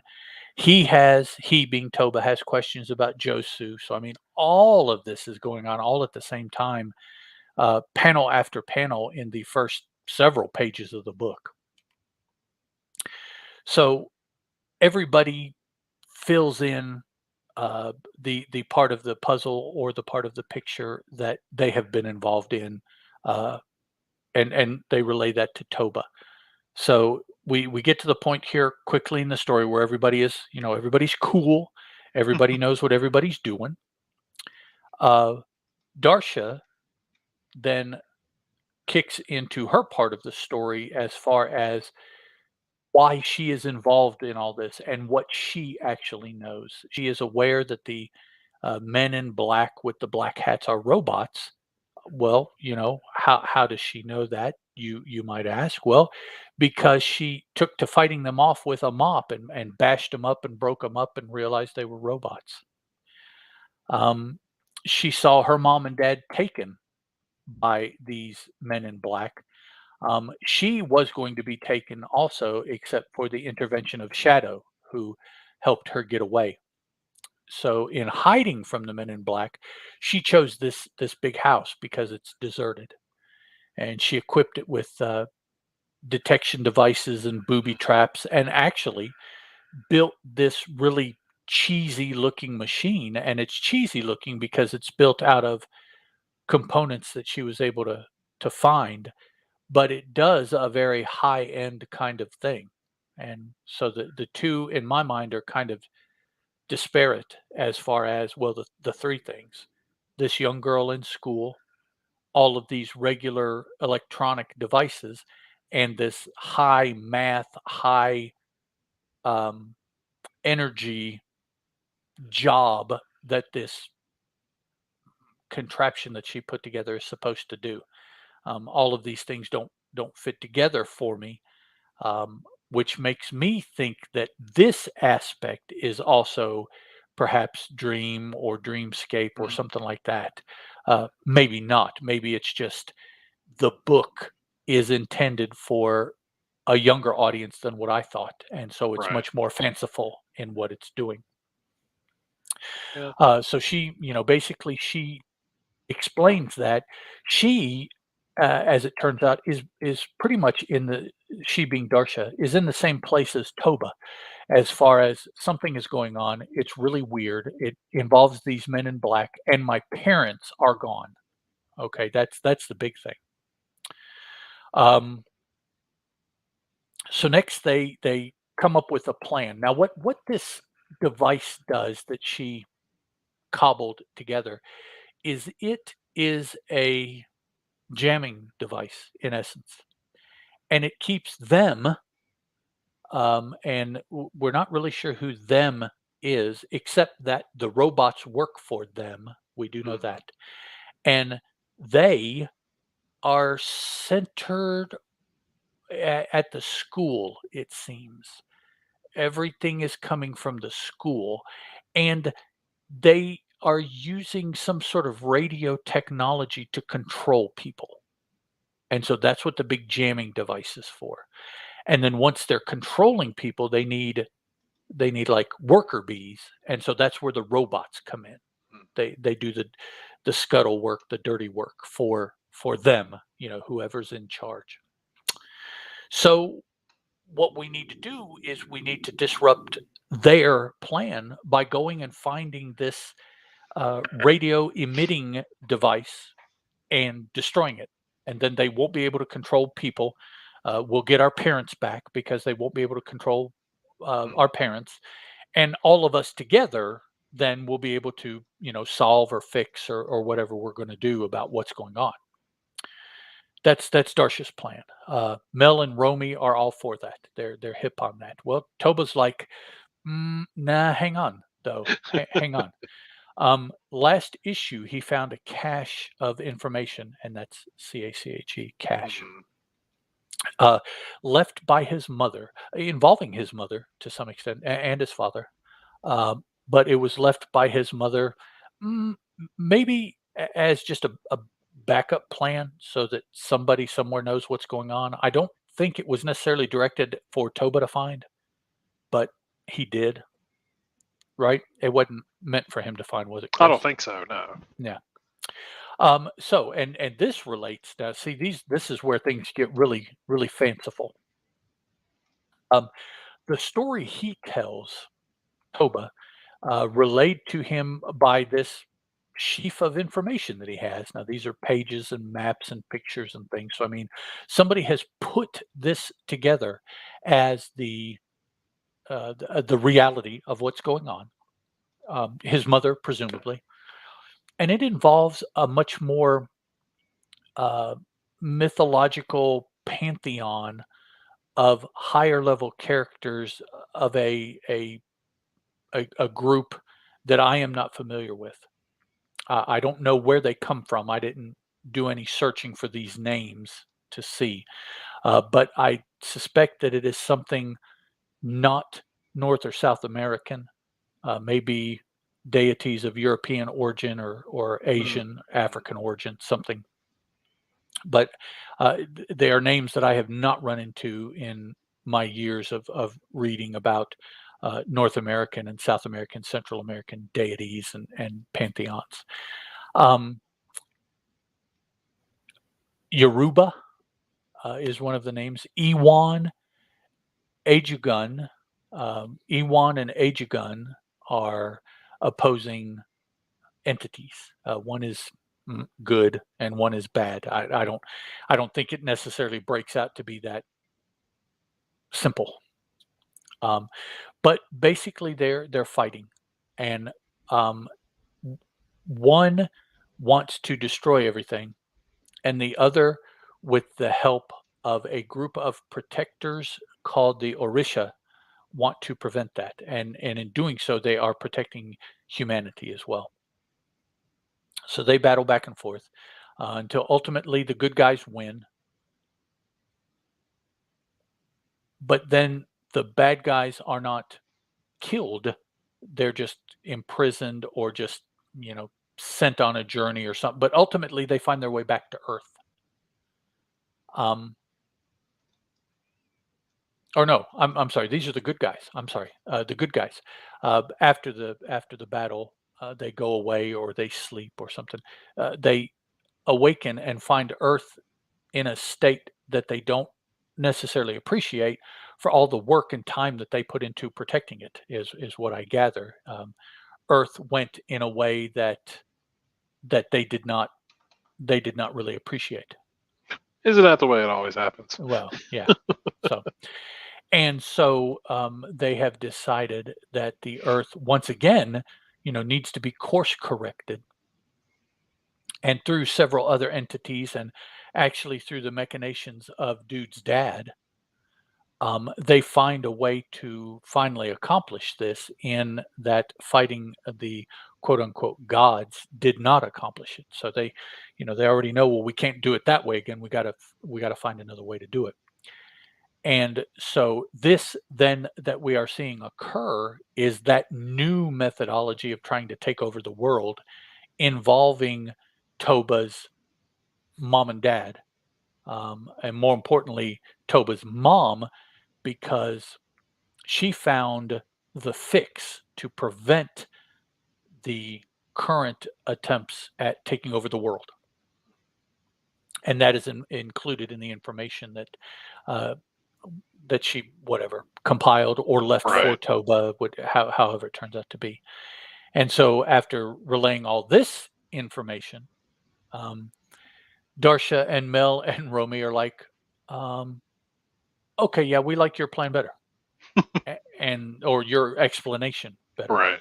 And so they're still planning to go to the school and attempt to knock out this radio wave radiation emitting energy emitting there's the word energy emitting device that is being used to control people, um, as a first step in fixing things. Well, uh, in the instructions is a or in the information is a set of instructions to build a device to block these waves that Darsha is already blocking, but her device only works in a certain um, real area.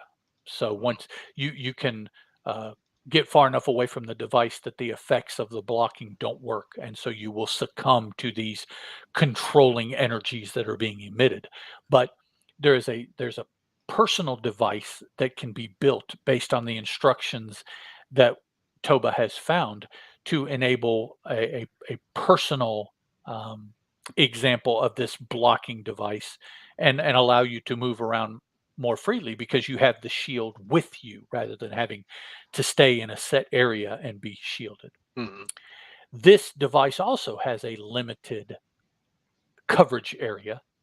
And in order for everybody to be protected, they all have to be in physical contact with Darsha. So, basically what that means is that there's going to be some sort of like people amoeba kind of thing moving because Right. Darsha is wearing it, and so everyone else will have to be in physical contact with her. So, um, which again, I can see as kind of a juvenile way of handling the situation. It's kind of funny that they would all have to move around as a group, uh, close enough that they're touching each other. Right. Obviously, they're going to be tripping and falling over each other and all this kind of stuff. So they make the move. Well, first they have dinner because none of them have eaten in a while, so they have dinner. They feed the dog as well, and then they head out on their mission. And in the midst of the mission, um, uh, s- soon they realize that in protecting themselves from these controlling waves, it also makes them almost impossible to be seen by the robots because the robots can only see those people that the energy is acting on. And so if you are blocking those energy waves, it's almost like you're blocking the light that Mm-hmm. these robots use to see. And so if the light is not falling on something, the robot can't see it. The shield is blocking this energy, this light from hitting them. So the robots don't really see them, but maybe they can, you still don't want to like bump into them and you don't want to run around and shout and it's and you'll see it in movies and on TV. It's this kind of camouflage, but it's not like 100%. So Right. as long as you don't do anything to draw attention to yourself, you're camouflaged. But as soon as uh, you do something and the attention is focused on you, your camouflage won't work anymore. So they get out there and they get into a situation by arguing, whereby they make themselves known to to the robots that are patrolling, and it's almost like for every human that is taking control of a robot takes their place in like the area, not necessarily takes their place in what the people were doing, but just it's like a 1-for-1. For every person we take off of the streets because we control them, we put a robot on the streets who we do control. So the streets are basically full of these robots patrolling, I guess. And the kids they pull themselves back together after this thing that caused the robots to notice them. They avoid the robots, make it to the school, and that's where we end this issue. Mm-hmm. There's a lot going on. There's a lot. Yeah, but it doesn't feel that way all the time, though. That's the thing. The longer the story goes, I think the younger I believe that the story is for. Right. So, I thought it was going to be a, almost a boom boxy kind of thing, but now it's starting to skew quite a bit younger than that. I can't imagine it's going to get much younger than what it looks in this issue, because that would be like grade school, and I doubt that will be the target audience. But it's taken this mystery concept and kind of simplified it maybe and broken it down rather young, I think. Yeah, I will say Cam Diaz's art continues to be some of the more unique sort of art that I've seen lately. So much to the point where while you were doing that, while you were talking about it, it dawned on me. I was like, I just read a book that he drew that's coming out, or that just came out, or something. And I was sitting there, and you get that bug in your head, and you're like, I've got to find that book. Then I come to find out it was a preview book for a book that's not coming out until next week, or 2 weeks from now. So, but he's doing some work with Dynamite here coming up. It got announced that he's doing the new Warlord of Mars series. Oh, okay. And he's also doing. They're releasing a Vampirella Valentine special, so he did a story in that was really, he wrote and drew that, and it's really good. I say really good. It's just super entertaining, and the art is a lot. It's very similar to what he's doing here in Buckhead, but it's one of those things like, I really enjoy artists that sort of have a signature style that, like, I knew who it was without even thinking about it, which just sort of. But Buckhead's the first series that I've read that I've even heard his name. Right. So now, right. And but I've gone back, I've looked at some other, some stuff that he's done in the past. I'm like, oh no, I've read this stuff. I've seen some of his work in the past, but just not, I guess, this style, or just enough of it to where I noticed. But now it's locked in here now. It's in my brain. So I do. I mean, I'm enjoying the series, but I'm more enjoying it for this unique art style, and the coloring that he uses. I mean, he does the whole shebang. The only thing he doesn't do is the lettering, and Jim Campbell's doing that. So we know that's being handled well. So, but yeah, no, I think there was a lot going on in this issue, and it's kind of like last issue. I was kind of, I don't know. It's not at the top of my list every time it comes out now. Like the first issue, I was very curious about it. Right. It's still a good book. Don't get me wrong. I mean, I'm enjoying it, but it's one of those things. Yeah, it's just like I kind of want to read it once it gets finished and kind of get the whole story. I think it would read better in trade. Yeah, I agree. So, but we'll see. But yeah, that Valentine issue of Vampirella, it's got a pretty suggestive cover, but at the same time, that story that he did, it's really good. Highly recommend it. So, is there any other books you want to talk about, or do we want to wrap things up here? Yeah, I think we should. We're at about the 2:15 mark. So yeah. All right, so to wrap things up here, we'll quickly talk about just list what's coming out next week as far as books go, just so you can kind of get an idea. An Ember in the Ashes, Volume 2, the hardcover of that's coming out, 1999 on that. Buffy the Last Vampire Slayer, 3 of 4 with 6, yep, count them, 6 covers. That's coming out. Faithless Volume 3, Number 1 is coming out. 4 covers there. Firefly Brand New Verse hardcover that's collecting that miniseries. $24.99 on that hardcover. I didn't read that miniseries. I flipped through it. It looks good. So maybe I'll go back and check it out. Magic number 11. We got 5 covers on that bad boy.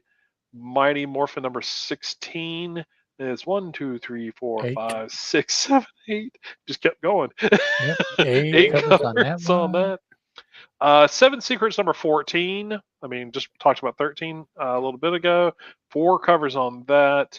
And then your favorite series, Wind Volume Yes. 2, The Secret of the Wings hardcover will be out. Comes So out. that's $19.99. Now, does that mean that we're going to be getting the 3rd volume sometime?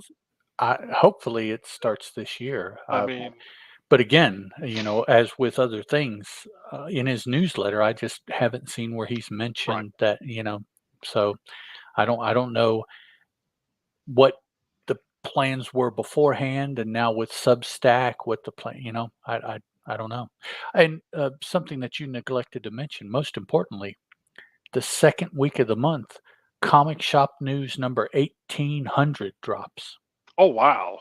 I didn't even pay attention to that. 1800 of those bad boys at Jeez. one a week. Good Lord. Do the math. Yep. Now, I do think, as far as like Wind, I don't know. We didn't talk about this book, but um, Angel, the Angel miniseries. Oh, sorry. I'm sorry. Totally different artist. I take it back. I don't know why. I almost thought Michael Denellis was doing, Diolinus was yeah, doing was Angel. doing the art, and it's not. It's Daniel Bayliss who's Okay. doing the art on Angel. Never mind. Take it back. Um, Angel was entertaining. Just FYI. Yeah, it wasn't bad. It's yeah, It's Christopher Cantwell writing an Angel book. So I little didn't. different Angel than you've seen. Yeah. Yes, yeah. So that was interesting. So, but that was all. That's all that's coming out next week. So I'm looking forward to talking about a few of those things. Talking about, we will talk about Hacktivist for sure. We have pushed that off a little bit, just because of so much going We on. we have to give time to our Tunisian brothers Yes, and sisters. I'm so looking for. Maybe I'll read volume 2 as well.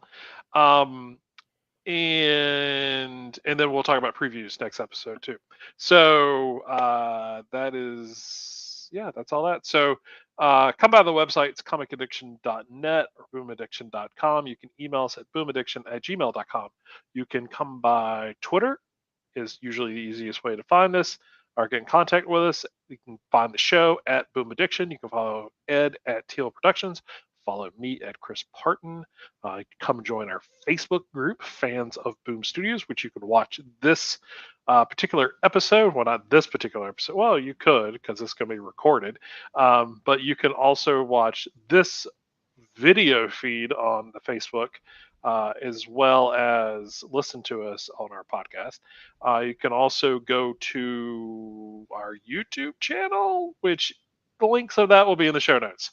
I think it's like youtube.com/user/boom addiction or something like that. All of that stuff will be in the show notes, so you can check out all of that Didn't show it. stuff. So there are links and whatnot. So cool. Um, I and obviously, we're going to try to do this on Mondays at 9 o'clock, 9 p.m. Eastern Standard.